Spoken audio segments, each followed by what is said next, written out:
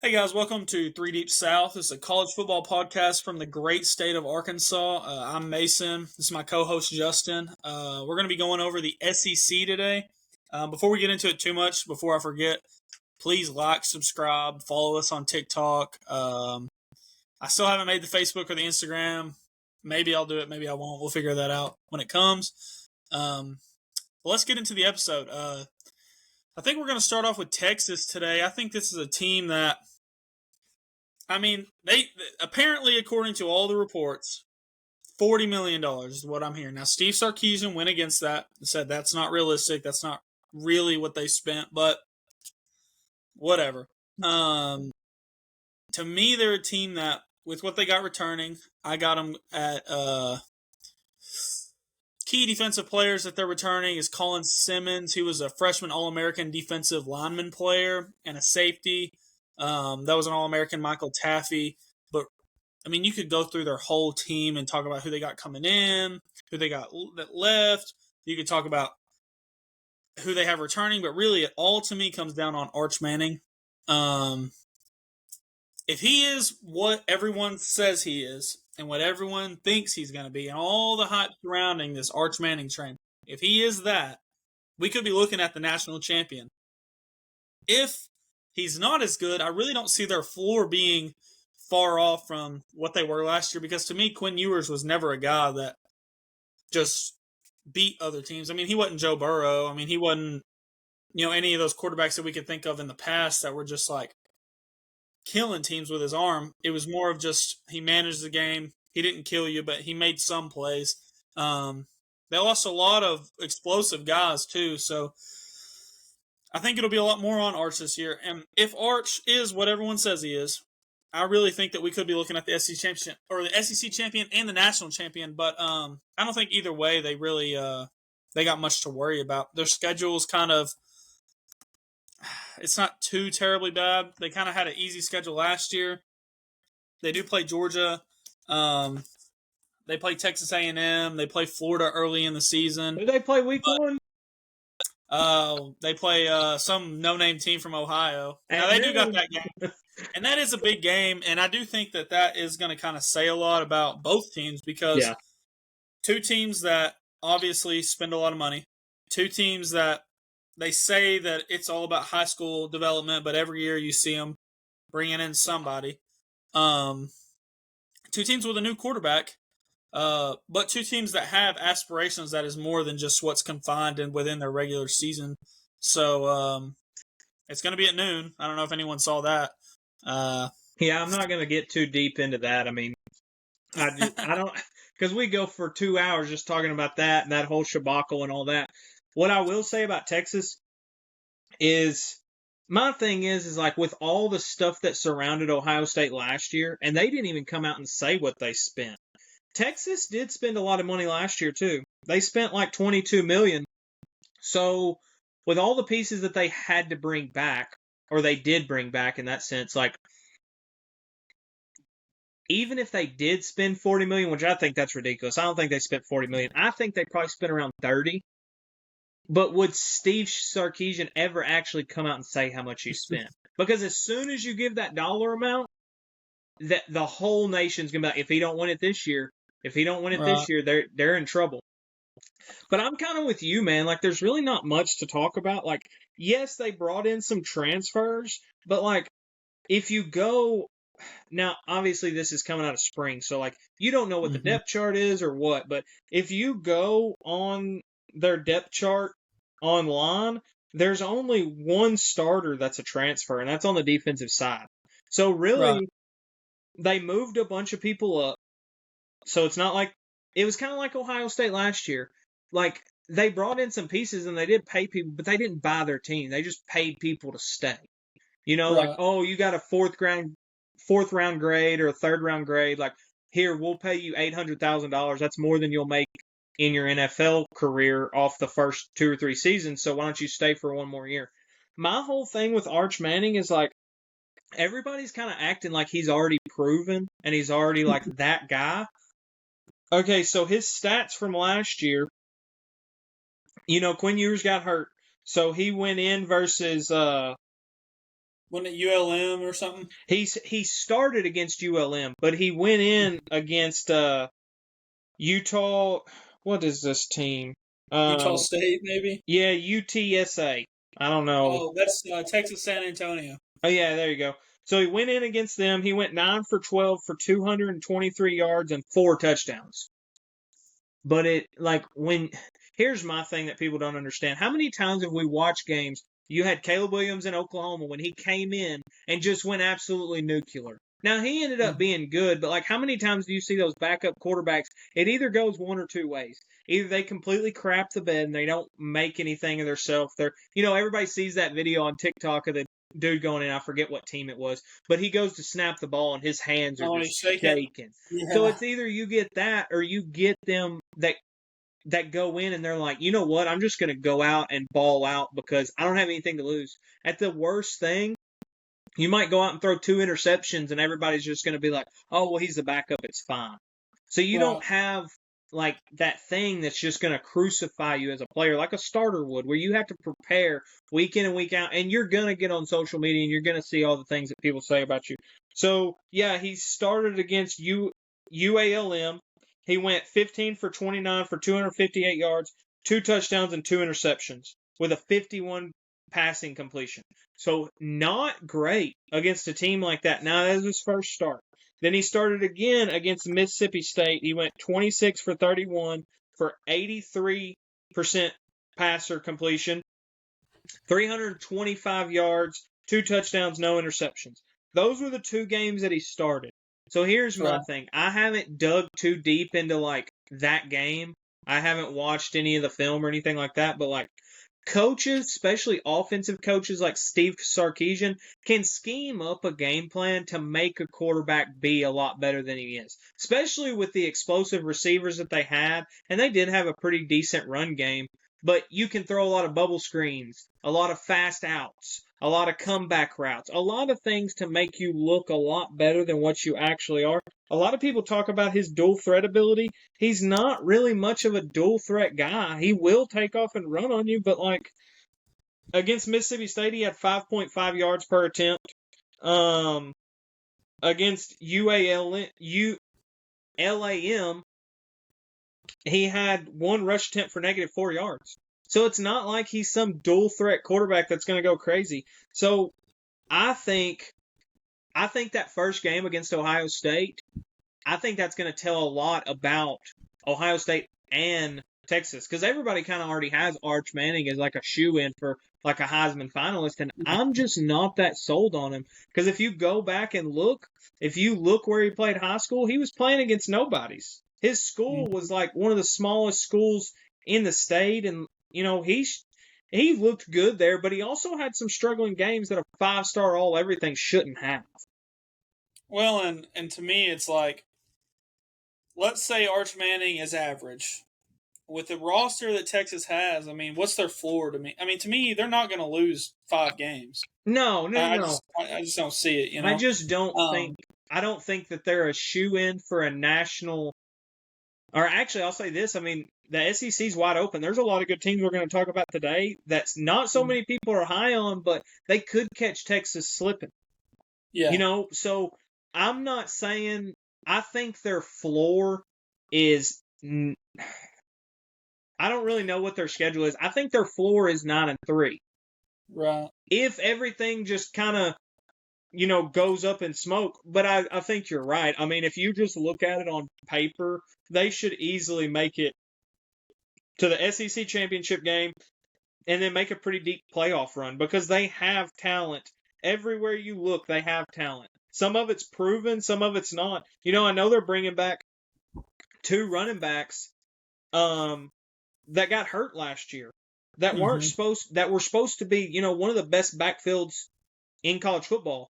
And they brought them back because they got hurt. They couldn't do anything. I really like C.J. Baxter a lot. He didn't get to, he did okay last year, but I like C.J. Baxter a lot. Well, and they do have a lot of losable games. That Ohio State game for one, the Red River rivalry. They play Florida. I'm pretty sure they play Florida in the swamp. That's a tough game. They got to go to Georgia, and then they host Texas A&M, which is another big rivalry game. they have other games on there, like Arkansas plays them, but Yeah. who knows? Who knows about the Hogs? And I'll go on that tangent later, but yeah, I got a little chime in on Arkansas too. I don't think too many people are going to be happy with it, but whatever. I don't think they're happy either way. But I just think this is a season that, like I said, if he's Peyton, they could win the whole thing. Oh, for sure. But if he's Quinn Ewers, I mean,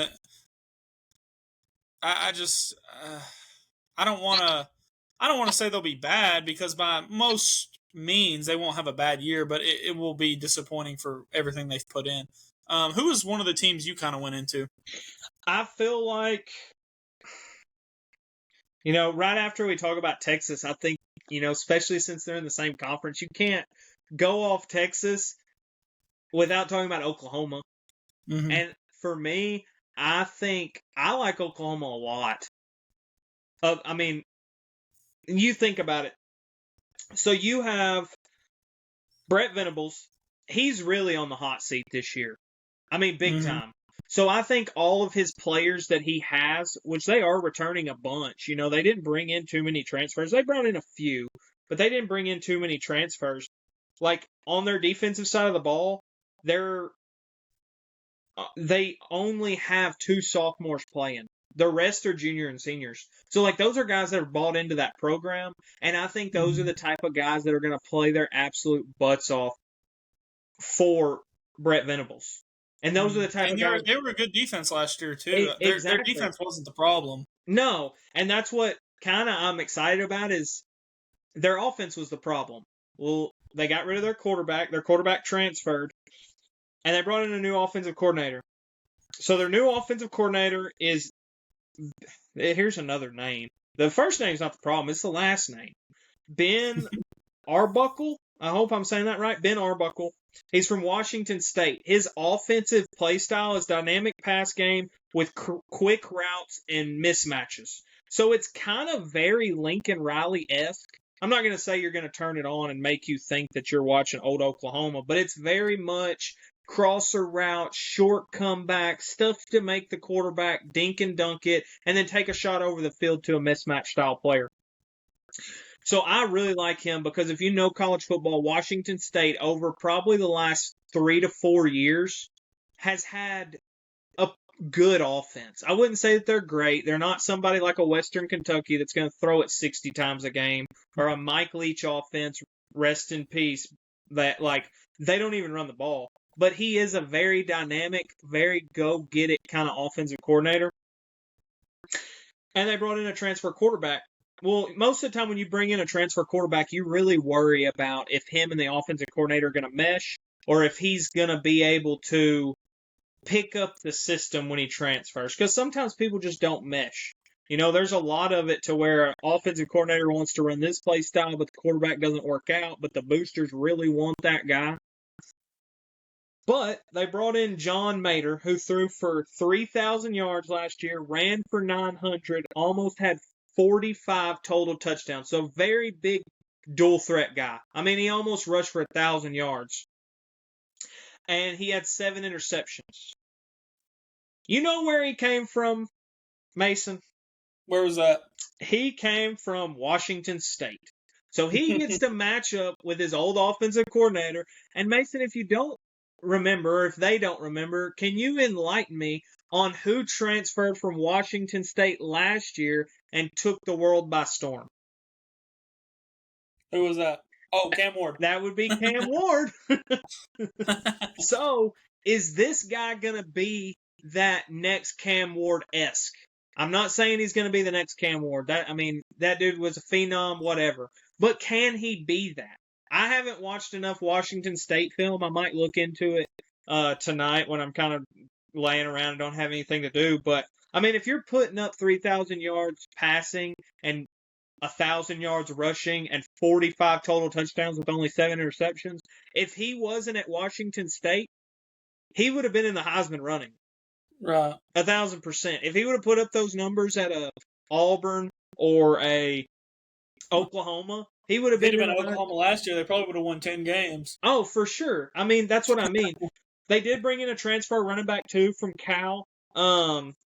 Jaden Otto. Some people kind of Yeah. remember him. He came in 2023. He was really good. He had Yeah, he 1,300 was. yards. Yeah, and then he kind of had a regress year. I don't really know what happened. I think he might have got injured or something like that. From the stats, that's what it kind of looks like. Is he got injured and just couldn't make stuff pan out last year. But he transferred in. He's a really good running back. He has a lot of potential. He's kind of got that dual threat about him, but it's not like he's a dual threat guy all the time. Right. But he can he's catch. not Marshall Falk, but Exactly. he's got a little Marshall Falk in him. Exactly. He'll catch the ball out of the backfield. He'll, catch a screen pass, take it, 10 or 15 yards. Not much to really talk about at the wide receiver position. They weren't really dynamic at the wide receiver position last year. They had a few good players, but nothing like a CD Lamb or a Hollywood Brown or anything like that, which you had, a couple of years ago. They brought in 3 transfers in the wide receiver room. They brought in a freshman from Arkansas Pine Bluff. He had 1,200 yards and 9 touchdowns as a freshman. Now, that's Arkansas Pine Bluff, so, these are big steps that he's making. But that kind of ties in with the whole transfer portal thing, too, is like a lot of these schools are going to see these 3 stars and sometimes 2 stars that aren't highly recruited, and they're going to keep them on their radar for a year. And then if they go off to Arkansas Pine Bluff or LAM or, somebody like that, and they go crazy, they're going to start trying to bring these kids in, kind of like a JUCO program. And that sucks for lower level college football, but it's just the kind of world that we're in. So they're bringing him in. They did also pick up a speedster from Arkansas, Isaiah Satania. Do what now? Isaiah Satania, yeah, he's a dog. He's super Satania. good. They picked him up, and I think the wide receivers that they took, I don't think that they just went out and got people with a bunch of yardage that were just full polished wide receivers. I think they went out and got people that fits the offensive play style and is going to make it to where the quarterback has wide receivers that are open or they can scheme them open, if that makes sense. So now that you've looked into Oklahoma a little bit, I know we talked about the Big Ten last week and we talked about Michigan and Ohio State enough. What do you think about that game where Michigan goes into into Norman, who, last year they weren't that good, but you were expecting better things at Oklahoma. Kind of, what do you think about that game? I think Oklahoma's going to beat them. Honestly, I have a wild take on Oklahoma. Like I said earlier, they're returning pretty much everything on defense. They didn't have a struggle on defense last year. They're starting 2 sophomores, or that's what the depth chart says, is 2 sophomores. They brought a couple transfers in here and there, kind of like the bigger programs do. They dribble a little money here to bring some transfers in, but they're not doing a whole overhaul. It's not like they're win now, but I think they have the potential. So they're big games at Michigan. They're going to dog walk Michigan. I'm saying they beat Michigan by at least 10 points, but it's going to look ugly. It's going to be a big 10 points. Yeah. Then they have Auburn at home. Most people wouldn't say that's a big game. I'm pretty high on Auburn this year, too. I'm not high on them like I am Oklahoma, but I do like Auburn. I think they're going to be a little bit better than they were last year. I think they beat Auburn. Then they have Texas in the Red River game. It says it's at Texas, but that's not. It's in Dallas. Yeah, exactly. So it is a Texas, but Oklahoma travels well to that game. It's going to be half and half, without a doubt. Sure. Half that stadium is going to be crimson. 1,000%. I have them beating Texas. Yeah. Do you have them going undefeated? Do you have them losing? No, I do have them slipping up. I think LSU. I think Alabama could beat them. I think Alabama's just got too much after last year, and it's at home for Alabama. And like I said, they could. Well, and they play games like they host Ole Miss, so yeah. They're gonna have very losable games on their schedule. But another big game that I have, and I know you're really high on them too. I like them a lot. They have to go to South Carolina. And watch That's out. bad for the Sooners. Do you have that on your laptop? Can you tell me what week that is? I want to say it's like week 7, maybe. And I'll kind of keep talking about them. So they play at South Carolina and at Alabama. I would say those and Texas are 3 of their toughest games. They don't have Georgia and they don't have Florida. They do have LSU at home. So you're right. That game is in week 7. Okay. So here's my thing. Let's just say they beat Texas. So they're 6-0. And South Carolina is going to be pretty good this year, too. I don't know what their schedule is before that. But say both those teams are 6-0, 5-1 going into that game. They got to go to South Carolina, which we both know. That'll be a bucket list type of atmosphere right there. That's what I'm saying. We both have talked about how that's one stadium. Maybe this year, we don't know. I would love to go. Might have to book Might have to book some tickets and save up some gas money to get out there. But, I mean, you're talking about an environment that would be absolutely crazy. That would be a bucket list. And looking at South Carolina's schedule, we can go into South Carolina real quick since we're kind of on the subject. South Carolina's schedule up to that point, they host Virginia Tech. I think they'll win that game. Virginia Tech's going to be improved, but I don't think it's going to be. I don't think that one's going to be close. Then they play South Carolina State at home. Then they get Vanderbilt at home. Then they go to Missouri. They're going to beat the crap out of Missouri. Then they host Kentucky. They'll beat Kentucky. And their only real test to me as a team that I'm not very high on is LSU. They do have to go to Death Valley, though. So, see, I wouldn't let's say they do lose that game. I wouldn't They're going to do what? Sorry. No, you're good. I'm not high on LSU, but I do think that they're kind of in that second tier team this year. Mm-hmm. Like, you have to play them hard, and if they have a home game, it's going to be a tough game. But I like South Carolina over LSU every day of the week.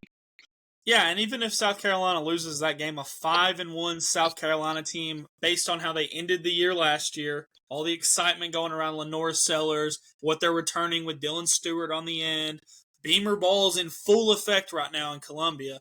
If they're 5-1 and they get to host Oklahoma, that'll be an ABC night game. We don't do it like the Big Ten where we play our big games at noon. So, Yeah. Well, that game will be South Carolina at night. Williams-Brice will be at a fever pitch. You could probably hear it from Fayetteville that night. You know, South Carolina's going to be crazy that game. I know it's all hypothetical, but I'm getting chills just thinking about it. Yeah, just sandstorm, the guy in the cage going crazy. Yeah, How far is South Carolina from us? Oh, I'm going to say probably 10, 11 hours. Yeah, we might have to go to that game. Hey, I'll take a Friday off to go to Columbia. They'll have to welcome us with open arms, though. That's what I'm saying. So, with all that being said, I am really high on Oklahoma. I got a buddy that is a big Oklahoma fan, so he's going to be really happy to hear that because we kind of crap on each other all the time about our respective teams. But they don't play Georgia, which I don't really think Georgia is going to be that good this year either, anyways. And they don't play Florida. And the whole thing about Florida is they have DJ Lagway, and they're one of those teams, kind of like Texas A&M was when they had Johnny Manziel. You just can't write him out because that dude's going to do some kind of Superman something to put them in every game. I have them going at worst 9-3. That'd be a huge improvement. Yeah, at best, I have them going like 11-1 or 10-2 and making the college football playoffs. And really, with how wide open the SEC is, they might be in the SEC championship game. That would be something to see for Oklahoma. That's big improvements. That would be huge. That's a lot relying on the offensive coordinator and the quarterback and stuff like that. But I think with those two guys coming in together, I just feel like that's a lot better than just bringing in some random transfer quarterback that can throw the ball. Mm-hmm. Well, and let's kind of talk about South Carolina. Let's go into them a little bit. So right here, they're returning 9 total starters, but all of those guys they're returning were pretty big. What's the word I'm looking for? They were notable. They made big plays. They were playmakers for the Gamecocks. But the biggest guys, the guys with the most notoriety, is Lenore Sellers, quarterback, and Dylan Stewart, both sophomores this year. And then they brought in the 15th ranked best transfer class, heavily focused on linebackers, DBs, and D-line, and some offensive linemen sprinkled in there. I think Lenore Sellers might win the Heisman. I mean, I know it's a lot of hype for a guy and it's a lot of if, but if he can stay healthy, that's a big thing. If he can stay healthy and just not turn the ball over, which I think he improved on that from the first big stage he was on was that LSU game. To that Clemson game, Lenore Sellers was a completely different player. I think he could win the Heisman, and I'm not predicting this. This is, if I was giving an official prediction right now, I wouldn't predict this. But just if we're picking dark horses, kind of, South Carolina is my dark horse to see in Atlanta. Their schedule, we kind of went over the first 7 weeks. They host Alabama, very winnable game. They go to Ole Miss, a very winnable game. They go to Texas A&M. That one will be another hornet's nest. They host Coastal Carolina, and then they host Clemson this year. So, the worst case scenario, I know we've said 9-3 a lot, but worst case scenario is like 9-3, 8-4, which would be disappointing. Best case scenario to me is like 11-1, and you see the Gamecocks in Atlanta, and Beamer Ball would be crazy at that point. You know what I mean? That would be a sight to see. South Carolina and Arkansas, I've always had like not a hate for South Carolina, but back in the day it was a little rivalry. Steve Spurrier didn't vote for Darren McFadden for the Heisman after he ran for 300 yards on him. But they're kind of like they're our sister program in my eyes, kind of. They're really heavily involved in their state as far as their own recruiting. They're very big on, we don't have another program, but if we did, it would kind of be like Clemson, South Carolina, where everyone in that state's a South Carolina fan. They don't have an NFL team. North Carolina has an NFL team. The Carolina Panthers aren't in South Carolina.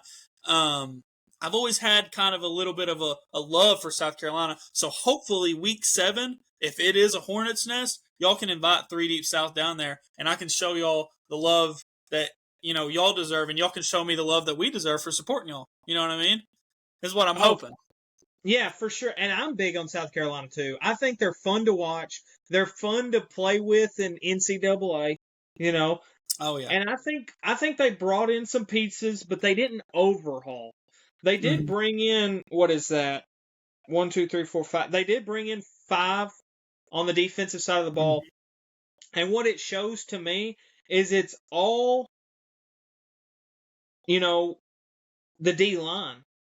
So I think they're really trying to bring in pieces to help Dylan Stewart. Yep. That's my thing. They're bringing in pieces because they see what they have and they're like, we want to make a run, but we're not going to sell out completely to make that run.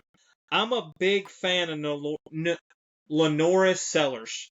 I mean, I think he's great, especially as a freshman. I mean, what were his... I don't really like digging too much into stats, but the dude had 2,500 yards, 18 touchdowns, and 7 interceptions with a 65% completion rate. As a freshman. In the SEC. So a lot of people are high on DJ Lagway and Arch Manning and Dylan Raiola, but this dude surpasses all of them, and he's kind of just went under the radar. Unless you're a big-time college football fan, like you said, people know South Carolina that keep up with college football, but if you show, 70% of America that quote-unquote say they watch college football and show them a Gamecocks, logo, they're not going to know who it is. And really last year, they're an injury away in that second half from beating LSU and maybe being in the playoff with a freshman quarterback. So they went on a tear at the end of the year last year. I think they won 6 straight conference games or something like that. Yeah, they went 5-3 in conference, and you're right. It was all towards the end. He went through his freshman jitters, and he matured very, very rapidly. Yeah, he was. It was very impressive to watch him. But who was another team that you kind of dove into this week? Okay. You know what? Screw it. I'm just going to get them out of the way because I absolutely hate this team. I know you hate this team. I know 90% of America hates this freaking team unless you live in the state. And I guarantee you half them don't even watch college football. They just watch Patrick Mahomes. And I don't really want to talk about him. I was typing on my computer this morning thinking about how I just don't even want to cover this team. I wish they were an independent conference and we wouldn't have to talk about them. And that's Missouri. I can't stand Missouri. I don't know why. People are going to say, oh, it's because they beat you 2 years ago in the bowl game. It's like, well, that bowl game was y'all's Super Bowl and it was our warm-up game. We didn't. Anyways, I'm not going to get into that tangent. I just don't like them. I can't stand them. I think their coach is okay because he is from Arkansas, but it's just something about the Missouri Tigers that just makes me gag. Like, if they were the only football game on throughout the summer, I don't think I'd watch it. Nope. No. If they were losing a bunch, I'd watch it. If their mascot was on fire, I wouldn't piss on them. Oh, I can tell you why you hate them. They play in the biggest Waffle House in the country. If you ever look at their stadium, their renovations, it looks like a huge Waffle House. Their coach, Dorkwitz, is the biggest loser on the face of the planet. There's not a guy I can't stand more than Eli Drinkwitz. I don't care if he grew up down the block from me. I don't like the guy. I hate him. I like him as a coach. Every time he gets on a press conference, I don't. No, you're right. He's like that nerdy. Worst. He's like that nerdy kid that scrambles up some kind of great idea in the dodgeball in 8th grade PE class, and he didn't throw one ball, but he came up with the scheme and had all the athletes on his team, so he acts like he did something. He's not that good of a coach. Anyways, they're losing a lot. Mm-hmm. They brought in Bo Prabula from Penn State. He doesn't have a lot of starts. He's a grad transfer, but he sat behind Drew Aller and Sam Clifford. I think that was the last quarterback before Drew Aller. Yeah, so he sat behind them. He's just not he's just very lackluster. I wouldn't say he's going to come in and be like a Brady Cook that's going to save your season. They brought in a left and a right tackle, both transferred in. One's from West Virginia, so does have some big-time playing experience. The other one's from some small, no-name school that I don't even know. I mean, sorry if it's your school and they transferred in from your school, but, it's literally like some Oklahoma State Penitentiary University. I don't know where he came from. Defensively, they are veteran on the defensive side of the ball. They have a lot of guys coming in that aren't coming in from the transfer portal, but may have not started last year, but do have playing time and are trusting in the program to stay there instead of transferring out.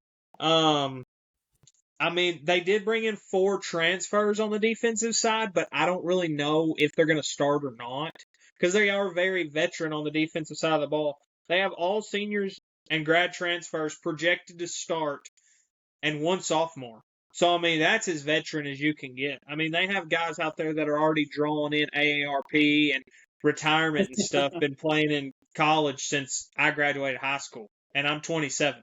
So, these guys have been in high school for a long time. You got COVID years, grad transfers, anything you can think of to keep playing. It's like, dude, your career's done for. Hey, I don't know what to tell you. You're pretty much, you need to go ahead and get an accountant job. They're big games. This is a big game for Missouri, I think. I think a lot of people sleep on this team every single year. And then you look back and you're like, dang, they are kind of halfway decent. They have Kansas at home week 2. And that's a big rivalry. It's a big rivalry. And I think it's a big game because their starting quarterback doesn't have much starting experience. Mm-mm. So that's kind of like Ohio State and Texas week 1, but it's in week 2. So it's going to be one of those games to where, you're going to find out a lot about that quarterback. It's at home, luckily, so he's not going into a crazy environment. And then they have South Carolina at home, which that's a big game for them. I don't think that's a big game for South Carolina. And then they have Alabama at home, and they have Texas A&M at home. Loss. Yeah, and then they go to Oklahoma. That's another loss. And don't forget, November 29th, they're losing to the Arkansas Razorbacks. We're going to beat them this year. We got to. Isn't it a home at home now? Missouri's always been that way. Oh yeah, that's right. But they're not playing them at They're not playing them in Columbia. They're playing them in Fayetteville. Yeah, they're not playing them in Little Rock anymore. No, we never played them. We were playing A&M in Dallas for a while. We're playing Arkansas State in Little Rock this year. Okay. For some reason, I thought that game was, when it was a home game, I thought it was at Little Rock. They could have played it on Mars. It wouldn't have mattered. Yeah, you're right. So I don't, like I said, I mean, they don't have a lot returning at wide receiver. They lost Luther Burden, which he was kind of lackluster last year. They brought in a transfer, Kevin Coleman. He was a 1,000-yard receiver at Jackson State. But, like, other than that, it's just they could not play a game all year and nobody would miss them. I wouldn't miss them at all. In fact, I hope they don't play a game all year. In fact, I hope Week 1, August 28th at 6:30 p.m. they lose to Central Arkansas. Go Bears! Oh, yeah, go Bears! Bear up! Yeah, yeah, exactly. I mean, it would be nice. I just, like I said, man, I'm not high on them. I have them going. They'll be lucky to be 500. Well, and I mean, really looking at their schedule, it doesn't bode well for a team that lost as much as they did. If you put Missouri aside and you put Dorkwitz in the corner, and you just look at their team and what they lost, I mean, this is a team that plays a big rivalry game week 2. That's a coin flip to me. They got to play South Carolina, who I just talked about is one of my favorite teams in the SEC this year. They host Alabama. That's not good. They got to go on the road to Auburn. Jordan-Hare's a crazy place.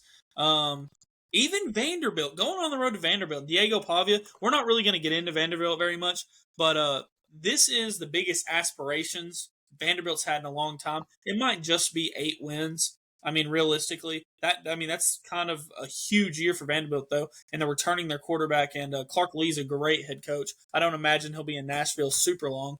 And then they got to host Texas A&M, Missouri does. I don't like that game for them. They got to go on the road to Norman, like we talked about. I hate that game for them. And who knows about the Arkansas game? I don't even want to think about it, to be honest with you.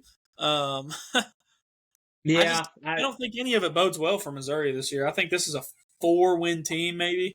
Yeah, I mean, they're lucky if. Yeah, I mean, I don't think it's going to be good either. Honestly, man, I think they're playing their way to the lower tier of the SEC. I mean, they're going to have to start recruiting better if they want to be bigger. And Drinkwitz, he's a great-minded head coach when it comes to offensive schemes and stuff. He coached with Gus Malzahn at Springdale, Arkansas, and stuff like that. But just recruiting-wise, it's not great. They're not killing it in the transfer portal.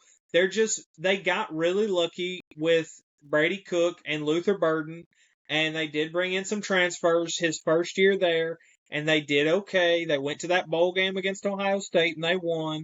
And then everybody thought they were going to be something crazy, and they're just not. I don't think they're that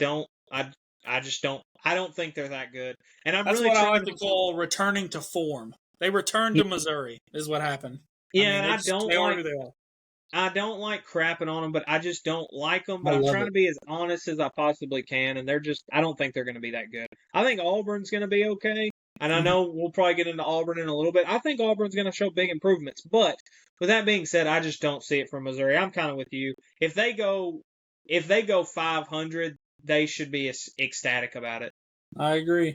And anything above to me, 6 wins to them should be. They should be burning the state down. They're so excited. They should be doing it Philadelphia style, where they have to grease the poles. Let's kind of get into Ole Miss here. This is an Ole Miss team that in 2024, going into 2024, they were returning 16 players. They had Jackson Dart. They had their receiver from last year, that real good receiver. They had Bentley. Yeah, Trey Harris. They had a lot of potential last year, and they proved why. I mean, they won a lot of big games. They were in a lot of big games. They fell a little short. You can't say the same thing about this team. This year's iteration of Ole Miss isn't returning Jackson Dart. They aren't returning Trey Harris. They don't have running backs that they're really returning. They do have a top-ranked transfer class, and to be honest with you, I didn't really look into it that much because they have so many. It's hard to really. It's a lot of skilled players. Mm-hmm. They brought a lot in on the back end, and it's a lot of a reload microwave fix type thing, kind of like we talk about with a lot of programs that are on that second tier. It's just Missouri. I don't know, man. Like, Missouri is just one of those teams where they're so loud, people talk about them, but they're almost like an Indiana. Mississippi? Yeah, Ole Miss. Yeah, sorry. Just get that clear. You said Missouri twice. You're good, though. Oh, my bad. They're a nightmare replaying in my head. Yeah, so Ole Miss, like, they're just one of those teams, like, they're decent every year. They're kind of like an Iowa or an Illinois, but Iowa and Illinois are quiet. It's just at Ole Miss, you have Lane Kiffin, and everybody talks about him so much, and I really just don't understand why. Like last year, like you said, that was their year to just go crazy, and they were supposed to be like Texas was last year, or an Ohio State, or a Georgia. They were supposed to be really good. They had the quarterback, they had the wide receiver, they had the top-ranked defense in the SEC with the most sacks, and blah, blah, blah, blah, blah. They still went 9-3. And they were complaining about not making it to the playoffs. Well, guess what? Even if you did a bigger playoffs to 16 teams, I really don't think they would still make it in. I think this year, and I kind of talked about this in a previous episode. It's not that I think Ole Miss is going to be a bad team. I don't think by any stretch that they're going to be terrible, but they're gonna be more like a traditional program back 10 years ago necessarily, where they're gonna have a build up. Like if this quarterback comes out and he sets the world on fire, okay, we might have a different conversation about Mississippi. But as of right now, we don't know anything about the guy at all. And so you're relying on a lot of ifs to me. Well, if this quarterback is as good, if these transfers pan out, if they don't blow the lead to LSU, you know what I mean? Like there's a lot of ifs, and to me, it's like, well, what if it goes wrong? I still don't think it's a bad team if it goes wrong. I think this is bare minimum. They're going to make a bowl, 8 wins, in that range. But to me, it's like, what are you going to do if it goes wrong? I mean, they got to play LSU. They get them at home. They got to go to Florida. They got to go to Georgia. They got to go. I'm pretty sure they go to South Carolina. And I know they go to Oklahoma. Well, one of those games has to be a home game. Probably LSU's at home for sure. And maybe that South Carolina game. But, I mean, that's a gauntlet in a sense. And, like, if you're a team that has all these ifs and you don't have it figured out, I mean, this could be a bad year for old Kiff. But, I mean, I do like Kiffin. I think Kiffin is a good... He's a human in a spot where a lot of college football coaches don't seem human. Like, I thought Nick Saban was Darth Vader, just a robot. So, I mean, I think that's a lot of why Kiffin's so criticized. And Kiffin does say a lot of outlandish things. But I do think Ole Miss is still on the up and up. It's just going to take, I think another year to get this team right again. I think realistically, they'll probably wind up being about what they were last year. It just won't look the same. It won't feel the same. Yeah, so, I mean, I know this is one of those weird, schedules, but we'll just go through it and kind of, they play Georgia State, that's a win. Mm-hmm. They play at Kentucky, that's a win. They play at Arkansas at home. Yeah, I'm not going to say anything. Okay, so that's 3-0. Then they have Washington State at home. That's a win. They got Tulane and then LSU. Oh yeah. Sorry, I skipped 2 games. Yeah, they have Tulane and then they have LSU. So they have a 3-week period where it's 4-week period because then they have Washington State at home too. Mm-hmm. So they're going to have all home games, and then they go to Georgia. And then they have some no-name school. I don't even know who that school is. And then they have Florida at home, and then they go to Mississippi State, which is a rivalry game. So I'm kind of with you. Actually, in between, after Georgia, they got Oklahoma. Yeah. They go on the road to Oklahoma, and then they host South Carolina, and then they play the Citadel. They host Florida, and then Mississippi State. Yeah, so I think they could go on one of those roller coaster type seasons to where they're real high. Everybody's going to be kind of like usual. Everybody's talking about, they're so good. Their quarterback's thrown for 280 yards a game and 3 touchdowns. And then, they get into that LSU game and they lose it. They're like, well, it was a good team and blah, blah. They're just growing. They can still make it to the playoffs. And they play Washington State and they win. And they go to Georgia. And then they go to Georgia and then to Oklahoma and then have South Carolina at home. And then they're going to be right in the same position they were last time, where it's like they were so good and everybody had so high aspirations for them, and then they just crap it away and they lose 3 games, and then they're back to the same thing. That's the thing about Ole Miss is like, you can be high on them as much as you want to or as low on them as much as you want to, but they're a lot like the Iowa. They're going to win the games they're supposed to. They're going to lose the games they're supposed to. They might squeak out 1 or 2 they're not supposed to win and lose a few they're not supposed to lose. And it's just going to be bowling every year, and Lane Kiffin's going to be loud about how they should expand the playoffs to 28 teams. Yeah, I mean, and you are right to an extent. I mean, Ole Miss traditionally has been a 6-6-ish team. This is probably their best stretch in program history, as far as from like 2014 to now. Probably the best 10-year stretch, and they've even had some bad years in there. But I do think this could be. I think this is a building year for the Rebels. I don't think it's a year where they need to put all their hopes into. And I just hope their fan base understands that. Because Lane Kiffin, like, we kind of talk about it all the time, like, who else are you going to get? It's like, that's what fan bases all across college football is going to have to understand. Is like, you are going to have rebuilding years. Unless you're one of, like, the top echelons of college football. And even them, like, Georgia's having rebuilding years. Alabama's having rebuilding years. After this season, Texas is going to have a rebuilding year. So it's like, it doesn't matter what aspect of college football you're in, you're going to have those years. Because you don't have the godfather of college football in there anymore. So, like, the dynasty's done and over with for anybody, really. I think the most dynasty you're going to have is like, oh, they won 2 back-to-back.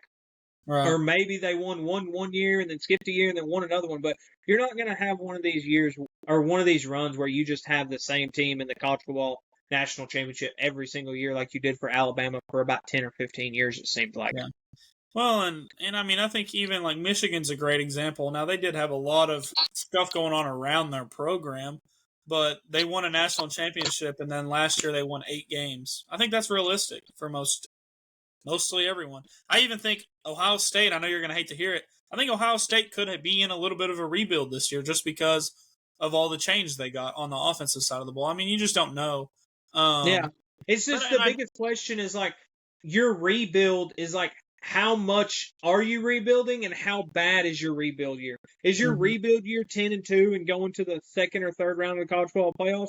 Or is your rebuild kind of like Florida State was last year, where you go 0-13 or 1-13 or whatever they win? Yeah. Well, and like we can get into Georgia real quick. Georgia last year, in my opinion, was a rebuild in a sense. I mean, they had Carson Beck, but that wasn't a Georgia team that we saw win back-to-back national championships and was an SEC championship loss away from being in a 3rd straight playoff. And last year they couldn't run the ball really. They were suspect on defense at times. Now, they had games where they looked like a Georgia defense, but they weren't. I mean, they didn't have that guy in the middle. I can't think, number 99 or Jordan something. Jordan Davis. Jordan Davis. They didn't have Jordan Davis. They didn't have Roquan. They didn't have not Abdul Carter. Who was the other one from? It was Carter. It's something Carter. Jalen Carter. They didn't have a Trayvon Walker. They didn't have. It wasn't a Georgia defense that we'd seen in the past 5 years. But they're returning a lot on defense. They do have a new quarterback, Gunnar Stockton, which in the playoff game he didn't look electric by any means. But I think Kirby knows now, in a sense, like what he's lost, what he needs to do to fix it. And I do think this is a Georgia team, in my opinion, that can basically have the same season they had last year or better. I don't think Carson Beck changes that Notre Dame game last year. I've never been that impressed with Carson Beck, but I think if Gunnar Stockton improves and just gets more comfortable, he did not look comfortable really last year in that role. And I just think the way Georgia's kind of built their team is they're going to have more experience going into this year. They're going to have more want to. They're going to be hungrier because, I mean, there's a lot of people counting them out. I had their schedule pulled up, but I think when you pull that up, I just think like this is kind of what we were talking about earlier. Is like this is going to be a rebuilding year for them, and what I think it helps is like there's still players on this team that have had that taste of a national championship, but now everybody's writing them off. They're not coming in as your number one favorite. They're not going to get complacent. They're going to be wrote off on a lot of things, but still kind of in the mix.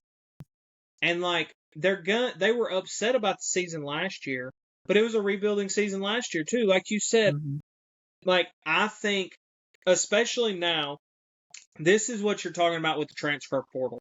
Is like you're not going to have those teams where they have 3 and 4 guys behind each position that are 5-star that got brought in as top 100 recruits, and it's like you pretty much have the Philadelphia Bulldogs. You know, I mean, pretty much it seems like every player on the Philadelphia defense is a Georgia Bulldog. So I think those days are done and over with where it's year in and year out. They just have the top defense. I think it's a lot more about scheme. They, like you said, they returned a lot. They brought in some transfers. They brought in, I think, 3 or 4 on the defensive side, 1 or 2 on the offensive side. They didn't really, I mean, the biggest player that they brought in on the offensive side was Zachariah Branch. And if you listen to our last episode, I said something about it about USC, about how they lost him. Everybody talks about Zachariah Branch like he is a freaky, crazy athlete, got crazy burst and speed and all that. But like last year, he only had 500 yards. So, and the year before that, he only had 300.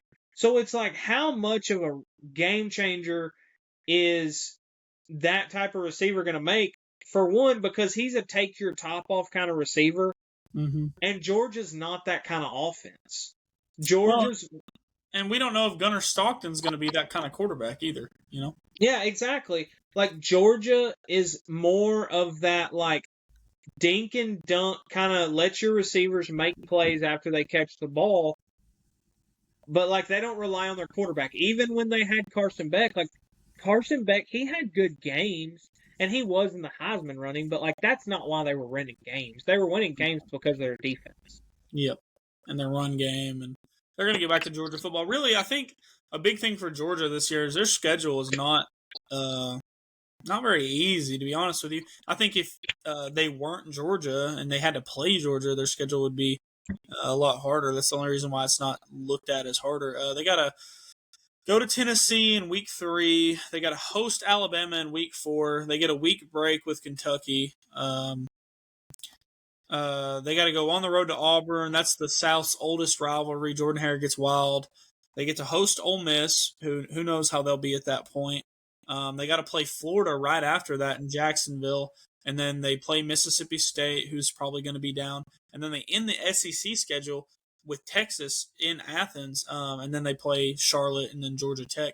So, I mean, they really have kind of a tough schedule, especially Tennessee in week 3. I mean, I'm not high on the Vols this year.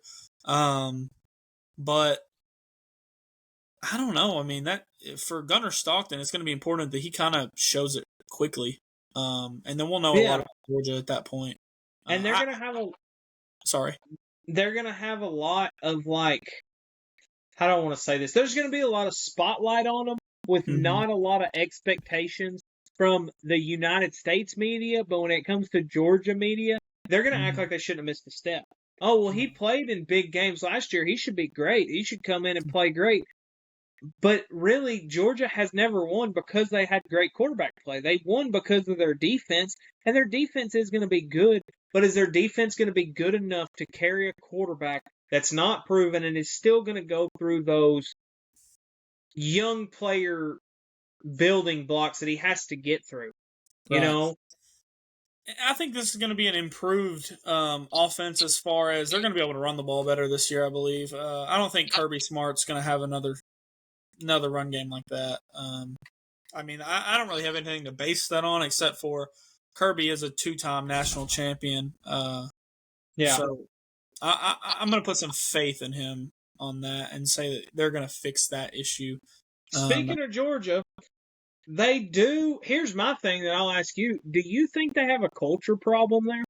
Yes, without a doubt, without a shadow of a doubt. Maybe not culture as far as their discipline when it translates to the football field, but if you have, I mean, it's not a one-off thing with their DUIs and their reckless drivings and stuff. I think that spells culture problem. I don't think there's any way you can sugarcoat that into that not being a culture problem. You know what I mean? Yeah, for sure. I mean, I don't know. It's one of those things like with Kirby being such a good football coach, you wouldn't think something like that would happen repetitively over and over again, but it just seems like it's happening and it's all the time. I mean, well, not unfortunately. Fortunately for Georgia fans, and I think college football in general, I mean, we haven't seen a drop off on the field because of it, but I don't know, man. That is a weird situation to me, just because they are. I mean, to be honest with you, they've been the best program of the 2020s so far. I mean, 2 national championships in 5 years, Yeah. as many playoff appearances that they had, consistently winning. But then you have this constant problem that just keeps arising with them that hasn't seemed. I mean, maybe if you thought it was like, okay, well, this class is just rambunctious or whatever, but I mean, this has been a ongoing issue with them. Yeah. I mean, I don't know. It's really weird because most of the time when you have those top programs like that, you don't see something like this. Not repetitively over and over, year in and year out. Like, there's one thing that like happens every single year, and it's that. Mm-hmm. It's every single year. You have 2 things in college football that you know for a fact that are going to happen every single year. Iowa's going to have a good defense, and Georgia's going to have at least 2 or 3 players arrested for reckless driving, DUIs, doing 40 miles an hour over. I just wonder how long it's going to be until Kirby Smart comes out and tells NIL, collectives, hey, you can give the kids money. We're just asking you not to give them Hellcats, anything with a V8 motor with a supercharger or turbo on it, Don't give them keys to any vehicle. How about Yeah, that? pretty much. I mean, we're going to start taking players back and forth to their, places and, Team shuttles. Greyhound buses. Yeah.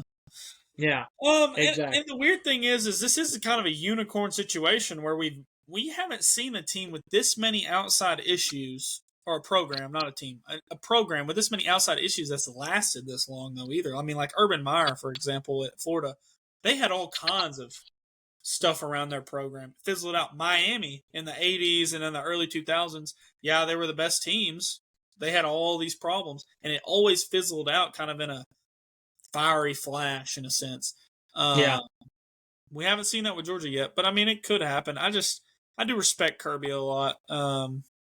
I do too. I think he's got it under control.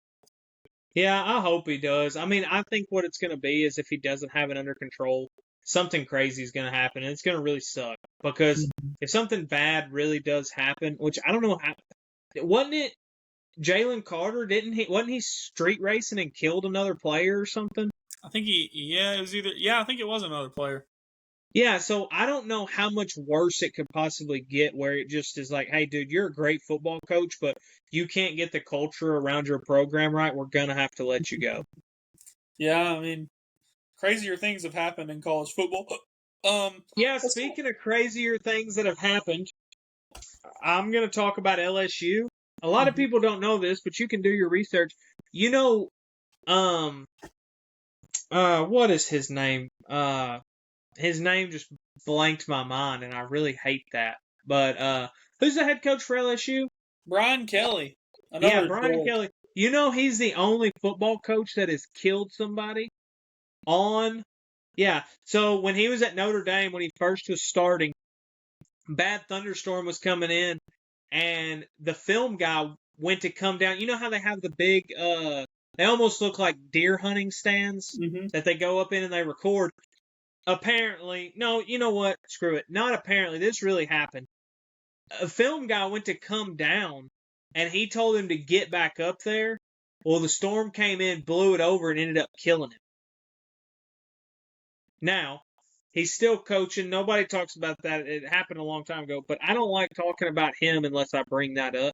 Because it's not that I don't like Brian Kelly. He's kind of like the Drinkwitz. Like, he just has something about him. He's a dork.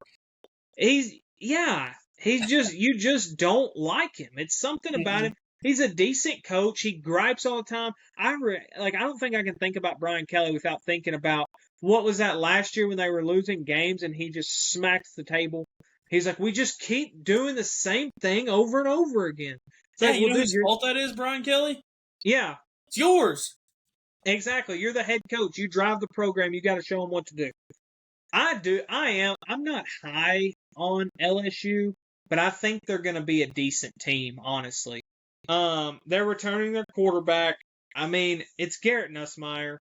I don't think he's a great quarterback, but I don't think he's horrible. He had a 64% passer completion last year. I mean, he had an interception problem, which is mainly what kind of made him look bad. But my biggest question with the interceptions is how many times was he put in situations to where he had to throw the ball more than he really should have because their defense was so bad? Yeah, and their run game was suspect too. A lot was on Nussmeier's shoulders. I'm not a big Nussmeier guy, but he did kind of have a hard thing to deal with in that sense. Yeah, that's what I mean. And like I said, I didn't watch all their games, so I can't sit here and say that, like, oh, he had an interception problem because it was his fault. Everybody knows it's kind of crazy because USC and Lincoln Riley's defense is getting better. So now it's like LSU's kind of taking that role of like they have a dynamic offense every single year, and their defense is absolutely suspect every single year. They did bring in, like, I mean, they brought in some stuff on the defensive side. They have Harold Perkins returning, which he didn't have a good year last year. I think he was hurt or something happened. Like I said, I didn't watch a lot of their games. He was hurt, but he was really good in 2023. He's a freak athlete. If you know LSU football, he wears number 7. He's returning, really? It says he's returning. I mean, that's what I've seen. I feel like that guy's been in college football for 10 years. I hate him. It does feel like he's been in college football for a long time. But, I mean, I think he definitely got hurt last year. Yeah, and like I said, he's wearing number 7. And if you know LSU football, that's a big number. They don't just give that out to just, whoever or, like, oh, I want number 7. No, you have to earn number 7. You're in the likes of Tyrann Mathieu, Patrick Peterson, names that people remember for a long, long time. It's Leonard Fournette, Ja'Marr Chase, I mean. Yeah, Ja'Marr Chase wore number 1, but. Oh, yeah, he did. I thought he wore 7 for some reason. He probably should have. Maybe he was supposed to, and then he sat out a year. Yeah, that's very possible. But yeah, Harold Perkins. Yeah, it says he's coming back. He's a redshirt junior. Yeah, because he didn't get drafted last year. But anyway, he's just. I think he could be really good, but it really depends on the scheme. I just don't. I don't like LSU. I don't like LSU's defense. I mean, they're returning him. They brought in 2 transfer DNs. Patrick Payton, he's a good player. He came from Florida State. And Jack Pyburn, he came from Florida. They're just not much to write home about. I mean, they're decent players, but I don't think they're somebody that's going to come in and change your program. They brought in a transfer quarterback, Manor Delane from Virginia Tech. He's a good player. He had 4 interceptions and 4 interceptions and 2 forced fumbles. They brought a few transfers in the 2D. They have the same defensive coordinator as last year, and Blake Baker was the defensive coordinator at Missouri from 2022 to 2023. He's average. He's not somebody like a Jim Knowles or somebody like a Kirby Smart was or Dan Lanning was. He's not going to come in and change your whole defensive ring and come up with some crazy scheme that's going to make decent players look good. I don't have them being very good this year. They're losing to Clemson. It's at Clemson. We've talked about that 2 or 3 times. They have Florida at home. I think that's a loss. They have South Carolina at home. I think that's a loss. And then they go to Alabama. It's probably going to be a night game. I don't see. I see them going 7-5, 8-4, somewhere around that range. And I like it when LSU's good because the swamp gets, or not the swamp, Baton Rouge gets rowdy. It's just a fun atmosphere. It's just, it's crazy, but I just don't think it's going to be like that this year for them. I hate to direct this conversation in a different direction, but it is kind of in the same sense.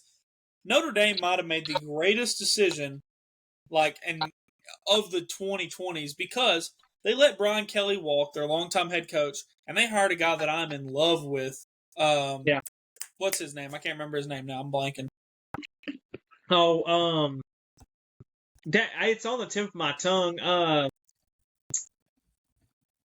What is his Marcus name? Freeman. Marcus Freeman. He's Marcus an Ohio Freeman. State alumni. I should remember that name. Marcus Freeman is one of the, and he's young. He's got a lot of life, and he really changed the perspective around Notre Dame football, in my opinion. I haven't really looked into them a whole lot, and I know we're talking about the SEC, but I mean, what did we know Notre Dame for whenever Brian Kelly was their head coach?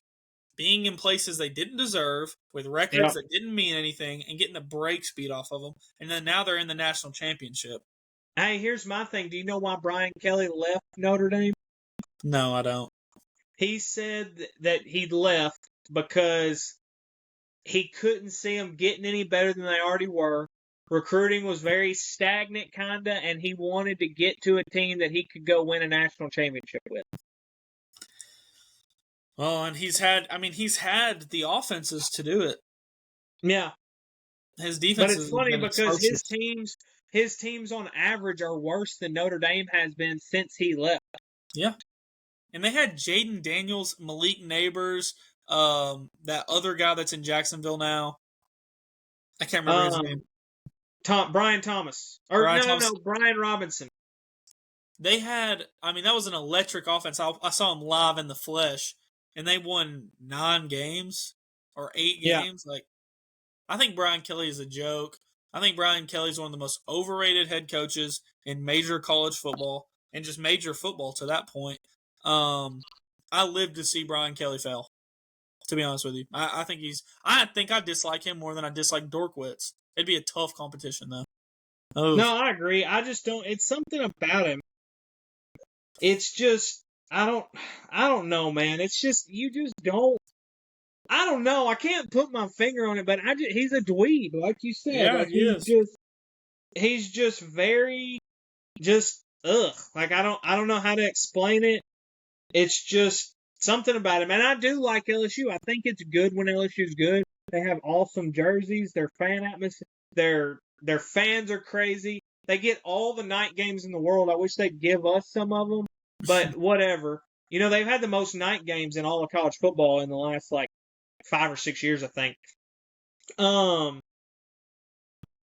But I wish they were better, and they're not going to be. They're not going to make a push for anything. They're going to go to a bowl game. They're going to be a lot like Ole Miss is. They're going to win the games they're supposed to. They're going to lose the games they're supposed to. And honestly, they're probably going to be worse than Ole Miss. I think Brian Kelly's going to choke away some games that he's not supposed to. I have them going 7-5, 8-4 on a good year.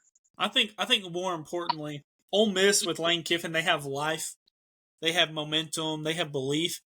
I don't sense the same thing from LSU fans. I'm not around a whole bunch. Obviously, I live in central Arkansas, so I'm not just around a buku amount, but just the little interactions I've seen. Of course, they're excited for the season, but it's not like they think that they're going to win a whole lot. And, if they have a bad year, could you see Brian Kelly kind of being on the hot seat?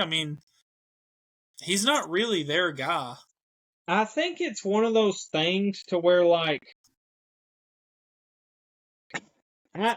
it's one of those things I think it's really going to determine what college football landscape goes to. Because it's if you fire him, who are you going to hire for one? Here's my thing. Hear me out. We were just talking about it. Could LSU do the most dirty thing ever and fire Brian Kelly and go hire and spend the absolute bag on Marcus Freeman? I hope not. That would be terrible for me. Too. That would be terrible for me, but... yeah, I really hope not too, honestly. But it's one of those things who are you going to hire? Who are you going to hire to replace him? I mean, they love Joe Brady. That he was their offensive coordinator in 19 when they won it. Yeah, and that's the thing. But is Joe Brady? That's going to be the problem with a lot of these programs. Are they going to be able to find somebody that wants to come do with the NIL, with the transfer portal, with all this stuff? A lot of people aren't going to want to do it unless they're already in it and used to it. Because it's going to be. I mean, Joe Brady was there in 2019? This is going to be a whole new animal to him than what he's used to. Yep, way different. Let's kind of get into Auburn. Do you have anything on Auburn? Man, I know this.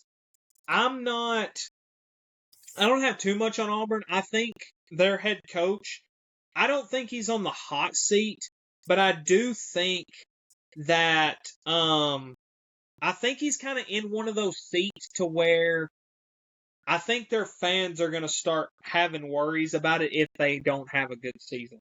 I don't think he's on the hot seat by no means, but he does have to have a better season than what he did last year, and I think he's going to. I mean, I don't think they're going to be some world beaters. I don't think they're going to be like Oklahoma was. I don't think they're going to be anything like that, but I do think they're going to improve.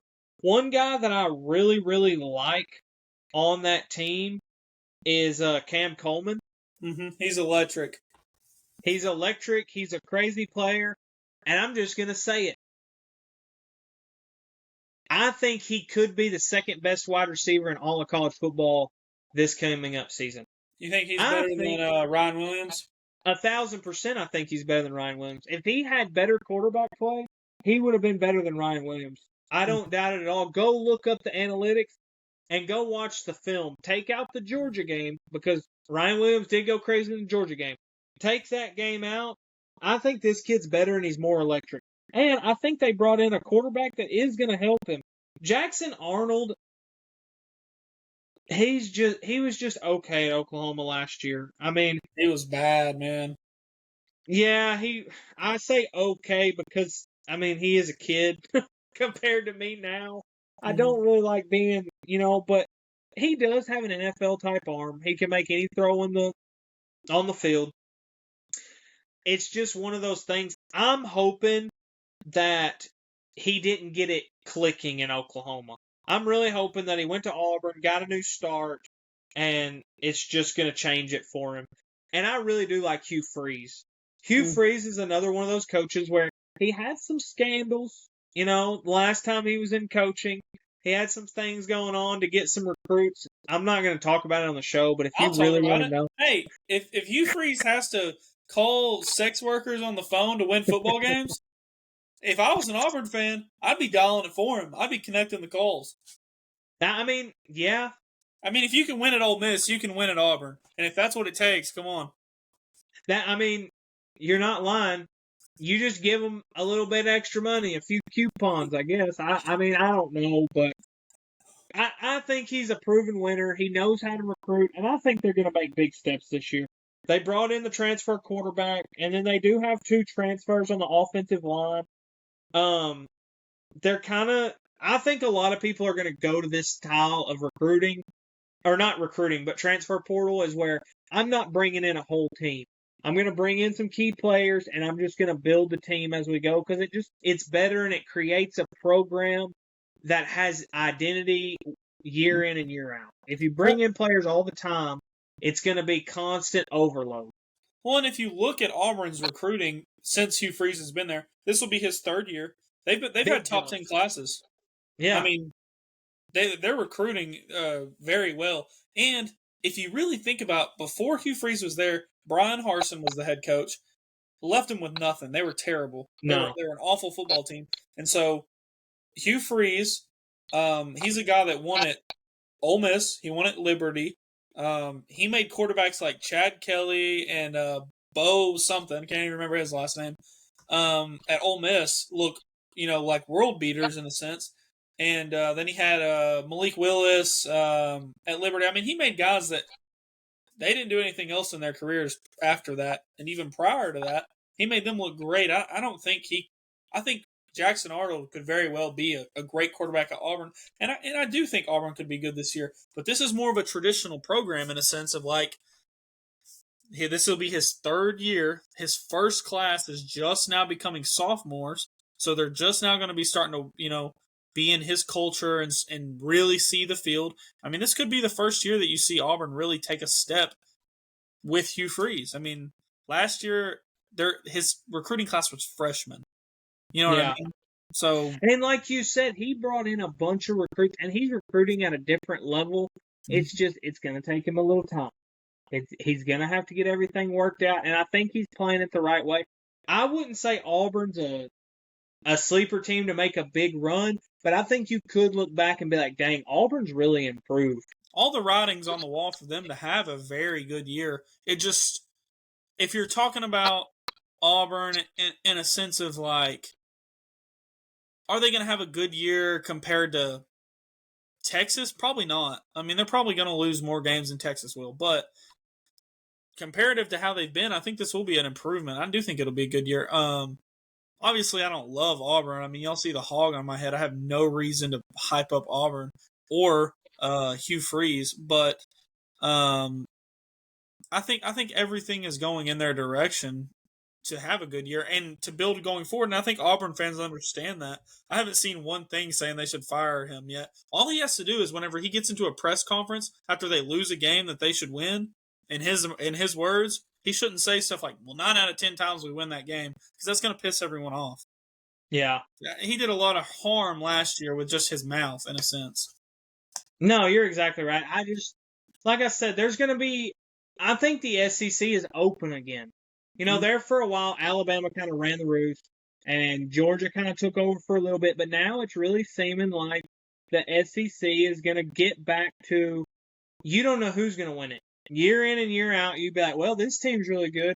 And I think that's what's good about the transfer portal is that's what it's creating, is more controversy week in and week out for the conference championship because you don't know who's winning. And I didn't really have time to look too much into Auburn, but I think you're right. I think they'll go better than 500. I don't think that they're going to be some 8-9 win team, but I think if the games that they lose aesthetically look good, then they're going to be fine. But if they start losing the games that are just horrendous, it's not going to be good. I don't think Hugh Freeze is going to get fired, but I think the pressure if he has another one, way up. I mean, he's going to be sitting in his seat in the car with the seat warmer on. It's not going to be on fire, but it's definitely heating up. Let's go ahead and talk about the flip side of Alabama now, or the state of Alabama. Let's talk about Alabama real quick. This is a team that they have a quarterback battle going on because they lost Jalen Milroe. They lost a lot of explosive production, really, and they don't really have an answer out yet. I tried to look it up earlier who their starting quarterback's going to be, and right now they got a 3-way battle going on. I will say this. They really like Ty Simpson. I think he showed out in the spring game. But Austin Mack followed Kalen DeBoer from Washington. He sat behind Milroe last year. And I mean, he like I said, he's a redshirt sophomore. So I mean, they're all coming into the same situation with starts wise. Like, they don't really have anybody that started a whole bunch of games or, anything like that. But, I mean, because they have Story, which is a redshirt junior. He hasn't started too many games. They have Austin Mack, redshirt sophomore, hasn't started hardly any games. And they have a freshman. I think the big thing is between Ty Simpson and Austin Mack. But like you said, I mean, they're really keeping that stuff in the vault. They don't want anybody to know who's going to be starting. And the wild thing is, I don't really think scheme-wise they're too much different. They don't play that much different. I mean, so I don't really know why they're keeping it so close to the vest, but they didn't really bring in any transfers on the offensive side. They brought in a few pieces on the defensive side, but really they're returning a lot. I mean, I know they lost some pieces on the offensive side, on the line side to the draft, but I know they lost a linebacker and some stuff like that. But I mean, they're really returning a lot. They were a young team last year. Well, and they are, besides the offensive linemen they lost, they are returning 2 starters that played a lot, and they brought in 2 transfers that started like a combined 200 games or something. So, I mean, they are. I guess you can't say they're returning those guys that are transferring in, but they do have experience. More importantly, on their offensive line. I just think this is Alabama. I don't think it's going to be a bad year. I have in my notes here that my floor for them, and this would be an atrocity. You know, if you're in Tuscaloosa, what I'm about to say is going to be like, oh my god, this is the end of the world. The floor I have them is at 8-4. I mean, their schedule's not exactly a gauntlet. I mean, they start off the year. They do play Wisconsin at home, and they play at Florida State. That one might be a neutral site game. Who knows? I'm tired of neutral site games. But so those are 2 out of conference, very winnable games. Then they do go to Georgia. That'll be a tough early test. Then they get Vanderbilt, who they should beat. They got Missouri, they should beat. They got the 3rd Saturday in October with Tennessee. It's at home. That's going to be a tough game. So this is where the losses, I said, could come in. They got at South Carolina. They host LSU, which who knows about them. They host Oklahoma, and then they have the Iron Bowl. So, I mean, yeah, you could find 4 losses on there, but at the same time, it's Alabama. I mean, but here's my biggest thing is like, when are we going to, and it's not just you, it's everybody, when are we going to stop using that? Oh, it's Alabama. You know what I mean? I mean, I agree, but even in a down year last year, they won 9 games. I mean, yeah, you're exactly right. And here's my thing, and I kind of talked about it a little earlier when I went over Cam Coleman. Here's my thing. In the last 4 games, they played a nobody in Mercer. Yeah, they played a nobody. So here's a stat line for you. Against LSU, 2 receptions, 29 yards. Against Oklahoma, 2 receptions, 36 yards. Against Auburn, 3 receptions, 54 yards. And against Michigan in the bowl game, 3 receptions for 8 yards. And in those 4 games, 0 touchdowns did he have. Does that sound like a stat line for somebody that should be on the cover of college football 2026? Look, I would say no, but I'll give him this. He did have the Georgia game. He went absolutely electric in the Georgia game. Mm-hmm. Well, and I mean, he was a freshman. I'll give him this. He was a freshman, and we heard it. I mean, if you watched Alabama football for 20 seconds, you heard this. He was only 17. Yeah. There was, I mean, regardless of what you're saying about whoever or about Ryan Williams, he has a lot of upside. You know what I mean? He does. He's going to be a guy that plays on Sunday. Yeah, and I don't mean to trash on the kid. I think he is a good receiver, and I think they did struggle with some quarterback play last year. My biggest thing is like, the hype outweighs the production. In a sense, you're right. Yes. Yeah, that's what I'm getting to. Is like, he is a good player, but don't act like he's something that, I really don't want to say it, but don't act like he's the same thing as Jeremiah Smith. Well, he's not. No, not anywhere close. But the thing is like, I think Wingo from Texas, I think he's just as good as Ryan Williams. He just didn't have the stat lines. I think Cam Coleman is just as good, if not better, than Ryan Williams, except, he didn't have a quarterback to throw to him last year. No. He had a very turnover-prone offense. Ryan Williams really didn't either, but, like, I mean, I don't know. Like I said, I don't want to hate on it. I'm kind of one of those guys that, like, if you get a lot of hype and it's not warranted, I kind of do hate on you. And I really try hard not to, but it's natural. I mean, it's natural. I mean, like I said, he didn't receive for over 100 yards in any game except for Western Kentucky and Georgia. So it's like, he had 856 yards and he had 18 yards per reception, but it was just very lackluster and it didn't look good. If they didn't talk about him, you wouldn't know it. Right. Well, I mean, and if he didn't have that Georgia game, you're right. If he didn't have that, at the end of the day, that last year that was the biggest game on the schedule for everyone was like, I gotta watch that game. I mean, Yeah. I blocked out a time of. I mean, I do it every Saturday, so it's not like I was like, oh, I got to go out of my way. I mean, I was already gonna watch the game either way, but I mean, it was on the big TV. It was front and center for everyone to see, and you saw Ryan Williams with his coming out party, and I mean, he was electric in that game. I mean, I'm not going to take that away from him, but you're right. If you do take that away from him, there was a lot of disappointing moments, and I mean, not disappointing, but there was a lot of times where he did disappear. Yeah, and that's all I was getting at. Is like, I would have rather seen Lenora Sellers on the front of the, on the front of NCAA, or Arch Manning, or Dylan Stewart, or somebody that you can look at their season, but dang, they did have a good season for a freshman. Right. Well, and we're going to get into the college football game maybe in a future episode whenever they release some more stuff. But not necessarily, I don't want that to scare anyone away. We're not going to be talking about video games and, but we are going to go into, EA likes to do stadium rankings. They like to do top 20 offenses, top 20 defenses, and they're normally atrocious. So, hey, are we going to do, when we do some rankings and kind of argue back and forth about those things, can I have a noon game adjustment, like where I get to add a few points if all my home games are at noon, or like how does that work? We'll see about that when we get there. How about that?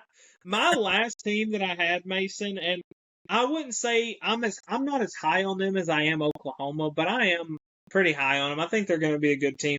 Is Texas A&M. I know that's not a team that you like to hear about being better than a lot of people think, but I really like Mike Elko. Mm-hmm. He's just, I don't know, he kind of just looks like one of those old school kind of head coaches that is just real down and gritty and just wants to win. He's kind of like a Brian Kelly, just not as nerdy and obnoxious, I would say. He looks like your prototypical 90s head coach. He has the beer gut, doesn't look like he can run over 20 yards. And, but he knows his football. He's looking for big steps in year 2. One thing about Texas A&M, they have recruiting money. They have NIL money, so they can bring in whoever they want to. I mean, they spent more NIL money in the first season than anybody. I mean, I can't remember the number that they spent on their recruiting class, but it was astronomical. And that was really before NIL became a thing. I mean, everybody was talking about how they brought in like 10 transfers. Nick Saban was up in arms about it. Jimbo Fisher and Nick Saban were fighting. So, I mean, they have NIL to back up what they need to back up. They have a returning quarterback, Marcel Reed, he's older, but he's a lot like that Lenora Sellers. Like, he kind of came on the scene last year. He split time with, who was their other quarterback, Mason? Connor Wigman. Yeah, he split time with Connor Wigman, which I wouldn't have split time. I think I would have just let this kid grow. But he did show a lot of promise in the bowl game. He threw for 300 yards and 3 passing touchdowns. He did have 2 interceptions, but I think that was kind of one of those, anymore, if you play in a bowl game and it's not related to the college football playoff, that's like an extra spring game against an opponent that is going to be live action. Mm-hmm. That's going to hit you. That's going to, it's a real game. Don't get me wrong, but it's a lot like a spring game. Let's bring out these guys and really let them cut loose to see what they do, because at the end of the day, who cares if we win the Belk City Music City Bowl or, sorry, but the Liberty Bowl. No, like, it's not Liberty Bowl. Nobody really cares if they win or not. So he does show promise. I look forward to him. I think he's a really good player. He's kind of dual threat, but he does like to throw first. They have a running back, Lavon Moss. I think he's pretty good. He's kind of dual threat, but he does like to run behind his pads. He will run you over. He's a little shifty, but he likes to run you over. They did bring in some transfer receivers. Mario Craver? Yeah, Mario Craver from Mississippi State. He's a decent player. I mean, he's not anything crazy, but he's somebody that's going to add production, and I think he's going to fit into the scheme really well. And then Casey Conception he's just, I mean, I think he's more of a role player, but I think he's going to be forced to start. I don't think they have much in the wide receiver. They did also get a transfer tight end. He was very highly recruited. Amari Niblack. He transferred in from Alabama. And then before Alabama, he was at Texas. So that's saying, like, he was highly recruited. It just kind of seems like he's not working out. Now, I don't know if he didn't get along with the coaches at Alabama and Texas, which is very unlikely, or is he going to be kind of one of those transfer portal hoppers that kind of goes back and forth and kind of, oh, yeah, that kid was supposed to be really good, but he just couldn't figure it out.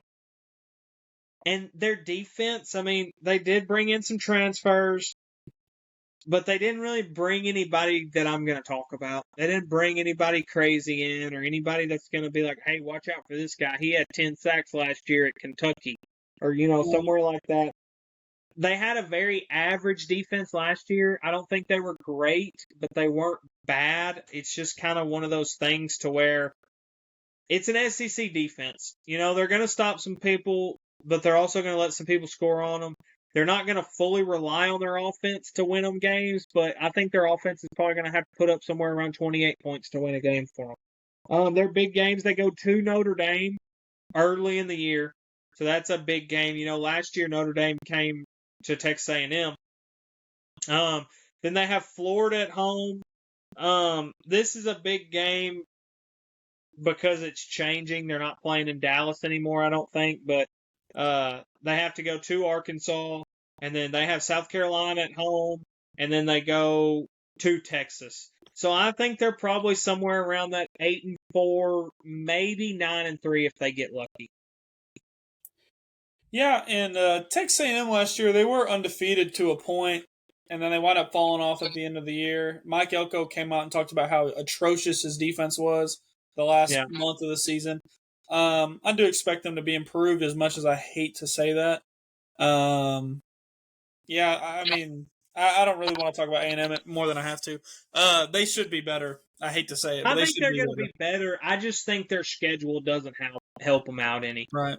Well, I mean, that's kind of a theme with a lot of these teams, unfortunately. Yeah, well, the thing is they have Notre Dame, and they have South Carolina and Florida and Texas. To me, that's 3 losses right there. Mm-hmm.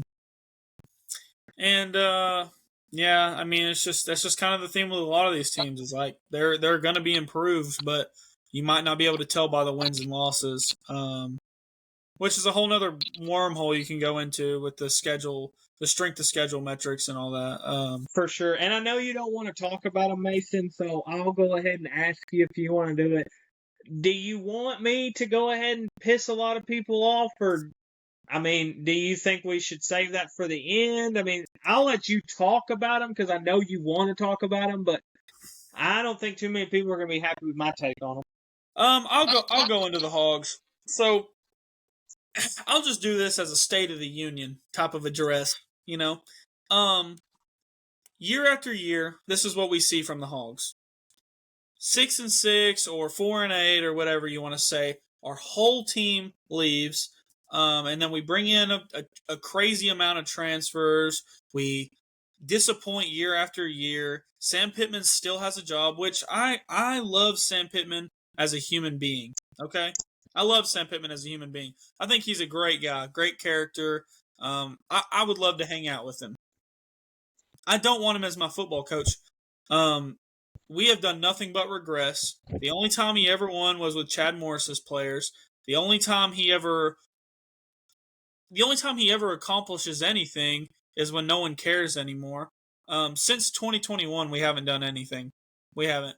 And that's just the fact of the matter. I mean, we lost Luke Hawes, who was, he's from Oklahoma, but kind of felt like our guy in a sense of like, we're talking about, he just felt like an Arkansas kid. He had a great freshman year, has a bad second year, and he's out the door. You tell me we couldn't have kept him? We couldn't have kept Isaiah Satania, who's a kid that grew up in Fayetteville, and then I know we're returning Taylor Green, and we're returning some other pieces, but like, to me, there's no life left in this program right now. And it's sad to say. Now, I'm going to say this. In August, my tune is going to change. In August, I'm gonna feel better about it. But right now, as we're sitting here on one of the last days of May, it's rained all month. All I've got to think about is how disappointed I was last year. I just don't see this getting any better, and I hate that because I do put a lot of money into being able to watch the Hogs every Saturday, whether that's going to the game or sitting here in my house and watching them. You know, I pay a lot of money to be disappointed every Saturday and drink myself to sleep by 3 o'clock most times because we're playing at 11 o'clock because we're not worth putting on TV. We did have some high moments last year. We beat Tennessee. That's it. We lost to Missouri. We lost to Texas. We got the doors blown off by us by Ole Miss. We turned the ball over constantly. LSU, we felt like we had a lot of momentum going into that LSU game. We seemed like we're coming back. We fumble and we never recover from it. That's just kind of how the whole Sam Pittman tenure's been. And I do hate that because I do feel like he's a good guy. It's just one of those things that it's like I don't know if it's going to get any better. And looking at their schedule, it's like I want to say, oh yeah, Arkansas is going to improve this year. But looking at their schedule, it's hard to even say that. Week 1 and week 2, we have 2 very winnable games, or games we should win. We'll probably play Arkansas State close. Week 3, we go to Ole Miss. They released the game time today. That's at 6 o'clock or 6:45. I want to say we'll win that, but I don't know. As an Arkansas fan, I'm going to tell you this. Whenever that week comes, I'm going to say we're going to win. I don't know if I believe that right now. At Memphis, we should win. We host Notre Dame. They're going to beat the brakes off us. Tennessee, I don't know. Have we talked about Tennessee yet? No, we haven't. No, we'll get to them. Whatever. I don't even know what to say about the game. Hopefully we beat Texas A&M, their first time coming to Fayetteville since 2012. We host Auburn, who's going to be improved. We seem to have regressed. That could be a loss. We host Mississippi State. Hopefully we win that game. We go to Death Valley. That's probably a loss. We go to Texas. That's probably a loss. And we haven't beat Missouri in forever. So, I mean, that's all I got to say about it, really. I mean, I don't know. I don't know what there is to say about the Razorbacks. To tell you okay. Yeah, I'll go into them, and my dad's probably gonna kick my ass, and I'm gonna have a lot of family members that come after me on this take. But sorry, I really apologize. I think Taylen Green is a good quarterback, though. He had an interception problems, but he gave you a lot of highlights in his first year under Bobby Petrino's offense. I think he's gonna have a lot to prove this year, and really, I mean, he's a senior. If he wants to get drafted, he's going to have to really prove it this year. I mean, other than that, I think that's your highlight on the offensive side of the ball. I mean, honestly, you're bringing in transfer after transfer and wide receiver after wide receiver. And, I mean, you don't have a single wide receiver except for one that was a sophomore that is returning from last year. Everybody else is transferred in. You lost everybody. I can't go into too much detail about it because I don't really keep up with the program like Mason does. Your defense, I mean, I like your defensive coordinator. I think he's a really good defensive coordinator, but, like, there's so much talent gap between them and the next person or the next team that, like, I just don't know if they can hang. And the thing is it seems like I hate it because I don't hate Arkansas. They're just not my first love when it comes to college football. But I do like to see them win. So I hate it when they're bad, but it just seems like every year. I was talking to my stepbrother about it earlier. I was going through the schedule on what I predict them to be, and it's not good. But he was like, well, we're going to have some of those games where we just play out of our mind. And it's like, yeah, Arkansas is going to have those games this year, but it's going to come against Texas and Notre Dame when it's like it doesn't matter if you had Thanos and the Avengers on your team, you wouldn't win those games. So it's like, yeah, you might play Notre Dame close, and it's like, great, you played them close, but you still lost. Or you might play Texas close, but it's like, great, you played Texas close, but you still lost. So it's like, are they ever going to win the games that they're supposed to win and win the games that are a toss-up game? That's what Arkansas's biggest problem is, it seems like. It's like those toss-up games where the spread's so close that it's like within a touchdown, you should still make a good push to win those games. And don't see Arkansas doing that this year. No. I see them starting off season 2-0. I think Arkansas State's going to be a closer game than what a lot of Arkansas fans want to admit it to be. Starting off 2-0, and then that's when the losing streak starts for me, I think. I think they're losing to Ole Miss. I think they could lose to Memphis because they go to Ole Miss, and then they go to Memphis, and then they have Notre Dame at home. So it's like that Memphis game is kind of stuck right there in between two big games, and I feel like Memphis is a good enough team. If you look past them, they could sneak up and beat you and get a win. So there's a loss. I have them losing to Tennessee, losing to A&M, losing to Auburn, beating Mississippi State, losing to LSU, losing to Texas. And just because I hate Missouri so much, I think they're going to beat Missouri.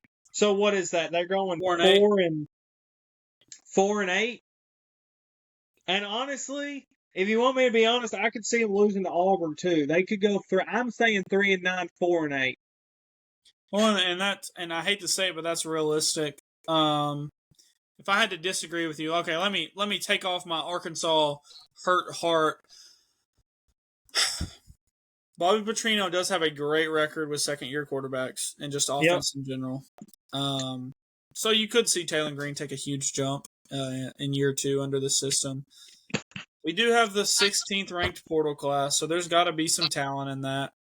I hate the turnover that we keep having over and over and over and over, but there's got to be some talent somewhere. I didn't expect us to beat Tennessee last year. We are returning some stuff on our defense, and that's kind of what beat Tennessee last year. So that could be a game that we sneak up and win. Texas A&M is always a weird game. Even though we've lost 13 out of 14 or 12 out of 13, whatever, with them, it's always a game that's a lot closer no matter what the rosters are like or the records at that point. I could see us sneaking that one out. I could see us beating Auburn just because they're kind of still building up. We should beat Mississippi State. We probably lose on the road to LSU. We lose on the road to Texas, and I could see us beating Missouri. And that's a 7-win year. I think that's kind of our peak. I think that's kind of our ceiling. That's if everything goes right, in my opinion. And here's my question. Do you even want that? No. Because here's my thing, too. Asking you as an Arkansas fan, if Arkansas lost to Tennessee last year, is Sam Pittman still here? Is he gone? He's probably gone because that was, like I said, that was the high point of the season. That probably bought him another year. Yeah. So really, if you want actual change in Arkansas football, you don't want to have a decent season and go to Liberty Bowl. No, I mean, obviously, like, you don't ever want your team to lose. Obviously, I don't hope we lose at all. I mean, if it was my wildest dream, Sam Pittman would get a lifetime contract because we'd win the national championship this year. But let's bring it back to reality here. That's not going to happen. And it's not even that I think Sam Pittman's bad at coaching. I think he can coach. He's proven over his career that he can coach an offensive line and put guys in the NFL. And he proved in 21, that might have been Kendall Browse and Barry Odom, but he proved he can at least lead a team to 9 wins. I just don't see it happening again. I just don't feel it. I don't feel any love. I don't feel any excitement. I just don't feel it. And this is another thing I'll say. This is not an Arkansas podcast by any means, but I am going to go into the depths a little bit of Arkansas fandom. We let go of Muss, or he left, or whatever, our basketball coach, and then we had all this crazy NIL for basketball all of a sudden. I think it's a similar situation with the boosters aren't bought in to Sam Pittman. Why would they be? And I think if we did move on and we got a guy that they picked and they hand chose and they were excited about, the money would be there because we do have plenty of money in Northwest Arkansas, believe it or not. And then we could upgrade as a program. I just think, unfortunately, it's going to take a bad year, and I hate that. But I think that's just this situation. the thing is like you just have to go out and make the right coaching hire. I mean, you've seen it. Indiana did it. If Indiana can do it, Arkansas can do it. Well, and in my opinion, if Ole Miss can do it, we can do it. If South Carolina can do it, we can do it. If Texas A&M can do it, we can do it. I mean, it's just these programs right now, they're viewed as a step above, but really they're on the same level as far as everything, as far as facilities, history, all this stuff. I mean, that you look at a college football program. Arkansas is not the little guy that everyone acts like they are. We just feel that way because we've been terrible for a decade. Yeah, and I mean, I think it's one of those things too where it's like, I think after Sam Pittman went on his first run and he won all those games and won some that he wasn't supposed to, it didn't seem like they really built on it. It seemed like the football program and the fan base kind of just got complacent and just expected that to happen every year. I mean, I remember hearing a bunch of Hogs fans that were like, "Oh, we went. What did they go that year? They go 8-4. They go 9-3. We went 8-4, and we beat Penn State in the bowl game. That's right. I'd heard a lot of Hogs fans talking about like, "Oh, we went 9-4 last year. We should have easily go 10-3 or 11-2." It's like, hang on. You gotta understand college football and know that this is how it works. You're not just gonna start winning games and it just so happen you become the next Alabama or Georgia. This isn't a dynasty team. Like you can't just pick and poke at players and make it to where you win all kinds of games that you're not supposed to win. The thing is I'm kind of with you. All Arkansas has to do is bring in a good football coach. And I know that sounds like, oh, I'm saying it easy. It's not easy, but once they can get their NIL brought in, I lived in Fayetteville for a little bit. That side of Arkansas is beautiful. Well, I always tell people, once you go underneath the tunnel and you pop out on the other side, it's like you're in a whole new state. It's just a different atmosphere up there. It's pretty. All the players that come here talk about how pretty it is. It's just nobody wants to come to a losing program. Nobody wants to come to a place where they feel like they're kind of they're kind of a joke. Yeah. And the thing is I was talking about it with one of my buddies today. KJ Hill from North Little Rock, he went to Ohio State. He was the all-time leading receiver for a long time. He went to the NFL. Like, he did all these things. He was going to go to Arkansas, and he hadn't signed yet, and Arkansas was kind of bragging about how they got him. Well, it kind of upset him, so he, went to Ohio State instead of committing to Arkansas. How much different would his career have been if he would have went to Arkansas? Wait, what year did he go into high school or go into college? 2015. He was at Ohio State from like 2015 to 2019, I think. Well, the last 2 years of his career would have been terrible, but the first 3 probably would have been fine. But that's what I'm saying. Like, yeah. You're never going to get those highly recruited guys because it's like you don't get any spotlight for one. And even the spotlight you do get is like, oh, yeah, what am I going to go, the third round?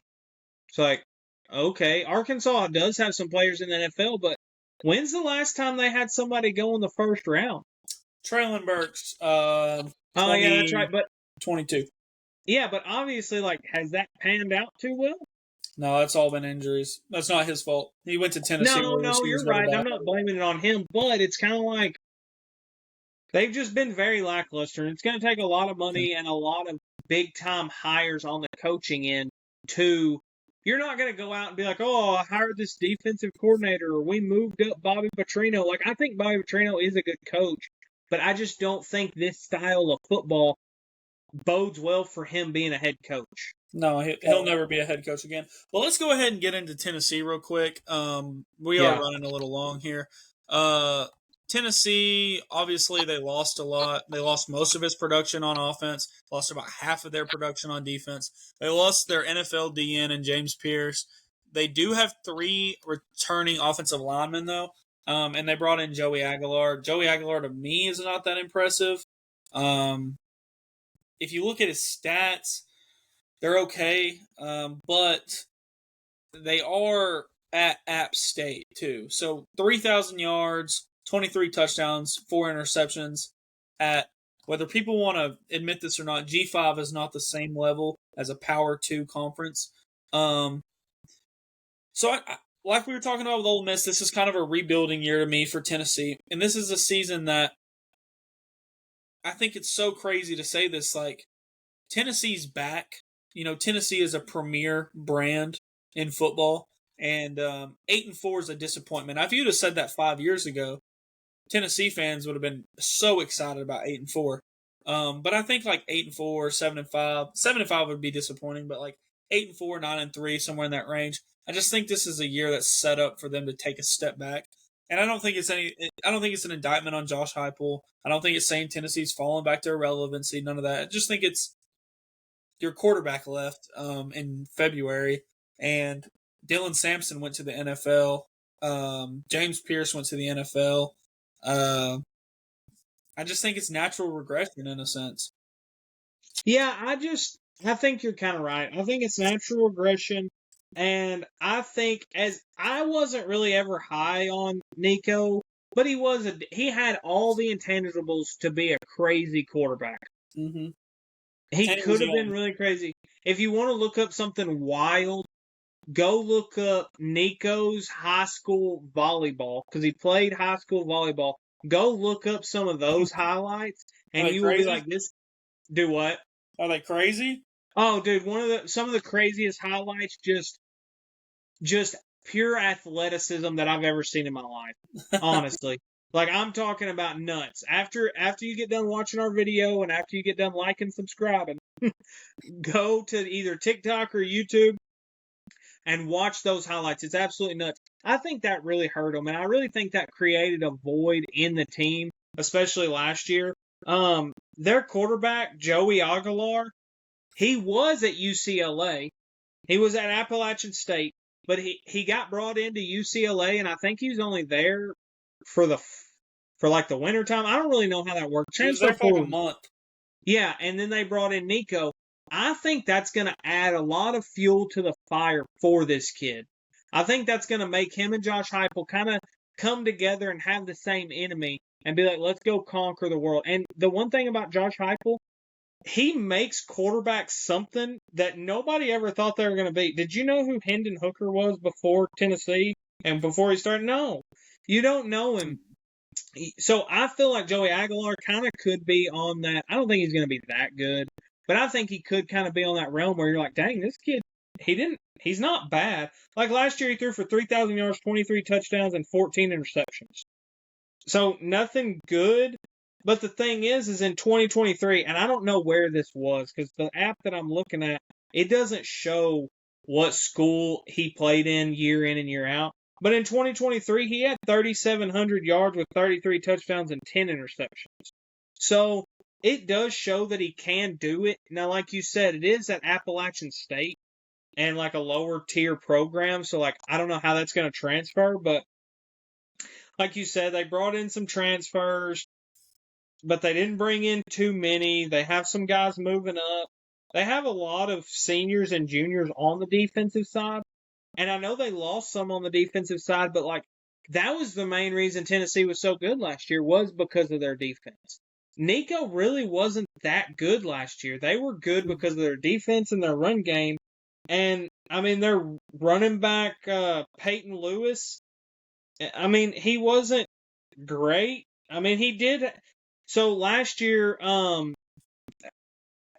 was their running back last year, Mason? Dylan Sampson. He got hurt against Ohio State. Well, that's when Peyton Lewis came in.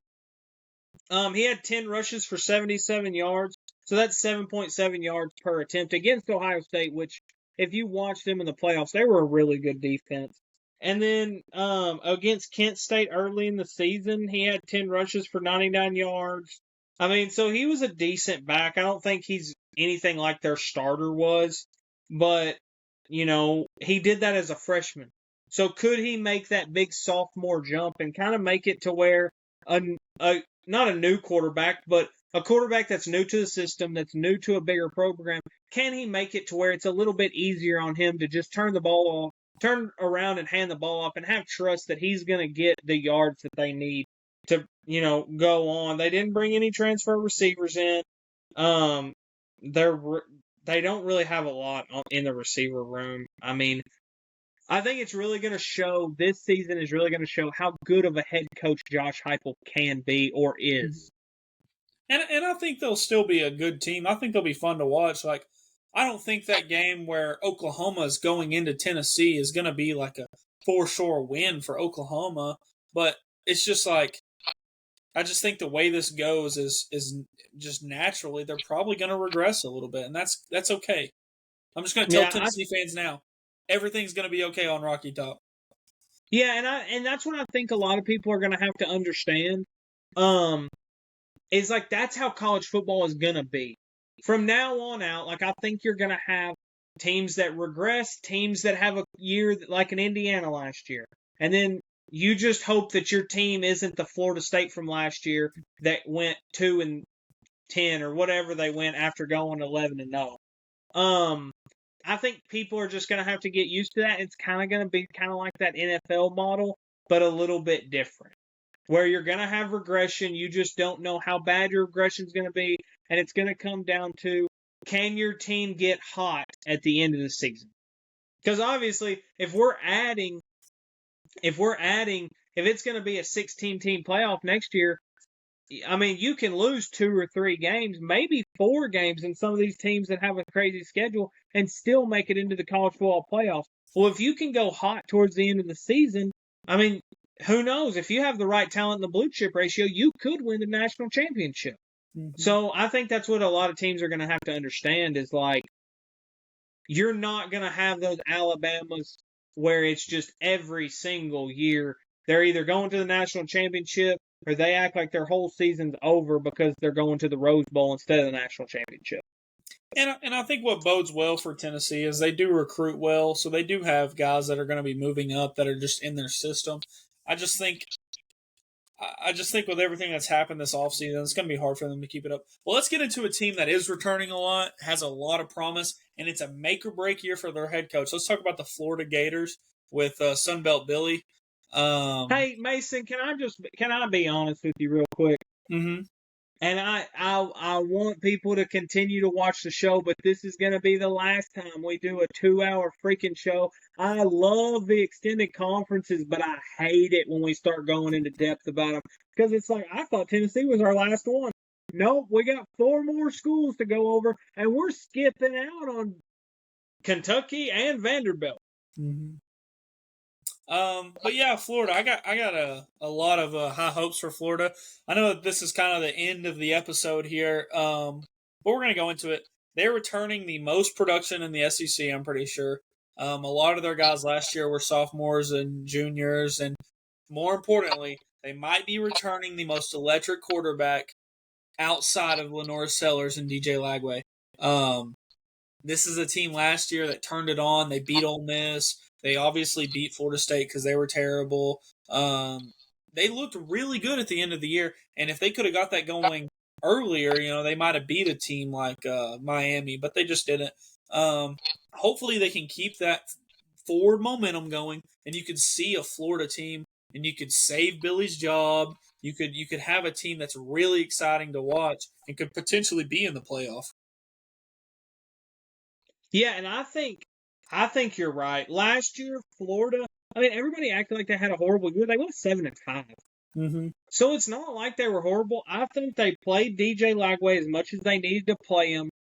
I think they played him a little earlier than they wanted to because their starting quarterback got hurt. Mm-hmm.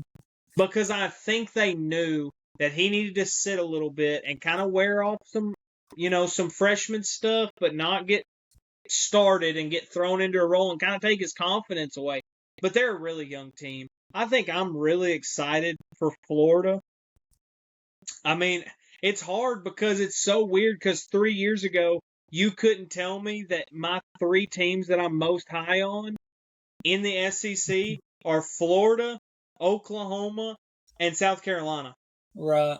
Those are my 3 teams that I'm most high on. And I really do think you could see a South Carolina or a Florida in the SEC championship or Oklahoma. I mean, those are my 3 teams. I do like Texas, but, I mean, those are kind of my sleeper teams that are coming out on the other side. Or somebody that could take Texas's place. I really like their coach. I think Billy Napier, he's not in a hot seat, but he's kind of, I wouldn't even say it's warming up. I just feel like he's very uneasy about how it's gone. And I think that's understandable. I mean, they were talking about firing him, or Yeah. maybe not the administration. The fans were talking about firing him, and then they came out and said, he's going to be here next year. They're moving forward with Billy Napier, and then they went on that winning streak to end the year. Their schedule this year isn't much easier. They play LIU. They don't even have a picture on Google, so I don't know who that is. Then they host South Florida. Then they go to the Swamp. So this is where their gauntlet really starts in week 3. They go to Death Valley, sorry, and then they go to Miami, and then they host Texas, and then they go to Kyle Field. They play A&M, and then they host Mississippi State, and then they play Georgia and Jacksonville. So, and I mean, even after that, it's not a whole lot easier. They got to go to Ole Miss, they got to go to Florida, and they host Florida State. So this is a tough schedule. Probably, I'm going to say, outside of maybe Arkansas schedule, this might be the toughest schedule in the country. I just think this is a team that I don't remember exactly who I was talking about earlier, where this will be an improved team, but maybe the record won't show it. I think this is going to be an improved team that the record will show. Because I agree. I think we were talking about Auburn. Yeah. And I agree. I think this is a team that's going to look a lot better, and you're going to feel really good about them come October and November. I think so too, and I think this is a team too that everybody else in the country, if you didn't play this team, you're kind of keeping your eyes on the rearview mirror and kind of looking down at the scoreboard, and you don't want to see this team in the playoffs because DJ Lagway is that good to where he can be like a Cam Newton and carry a whole team to the national championship when they really shouldn't be going, but it's because of DJ Lagway.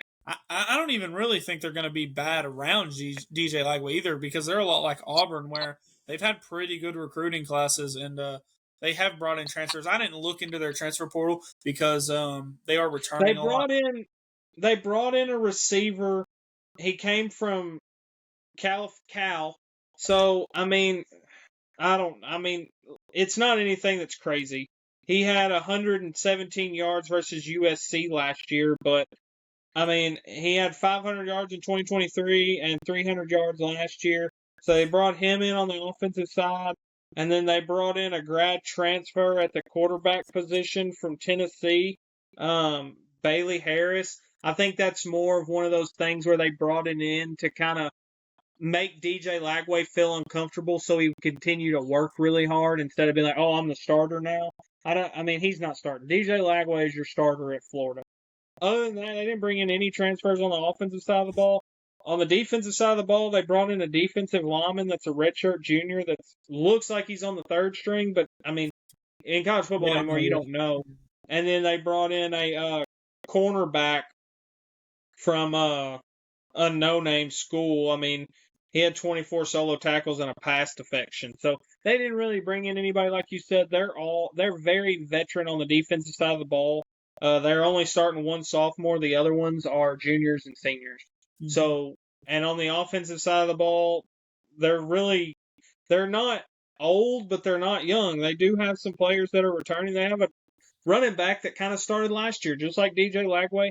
He had 5.1 yards per rush, had 600 yards. So, he wasn't somebody that you write home about, but he did show promise.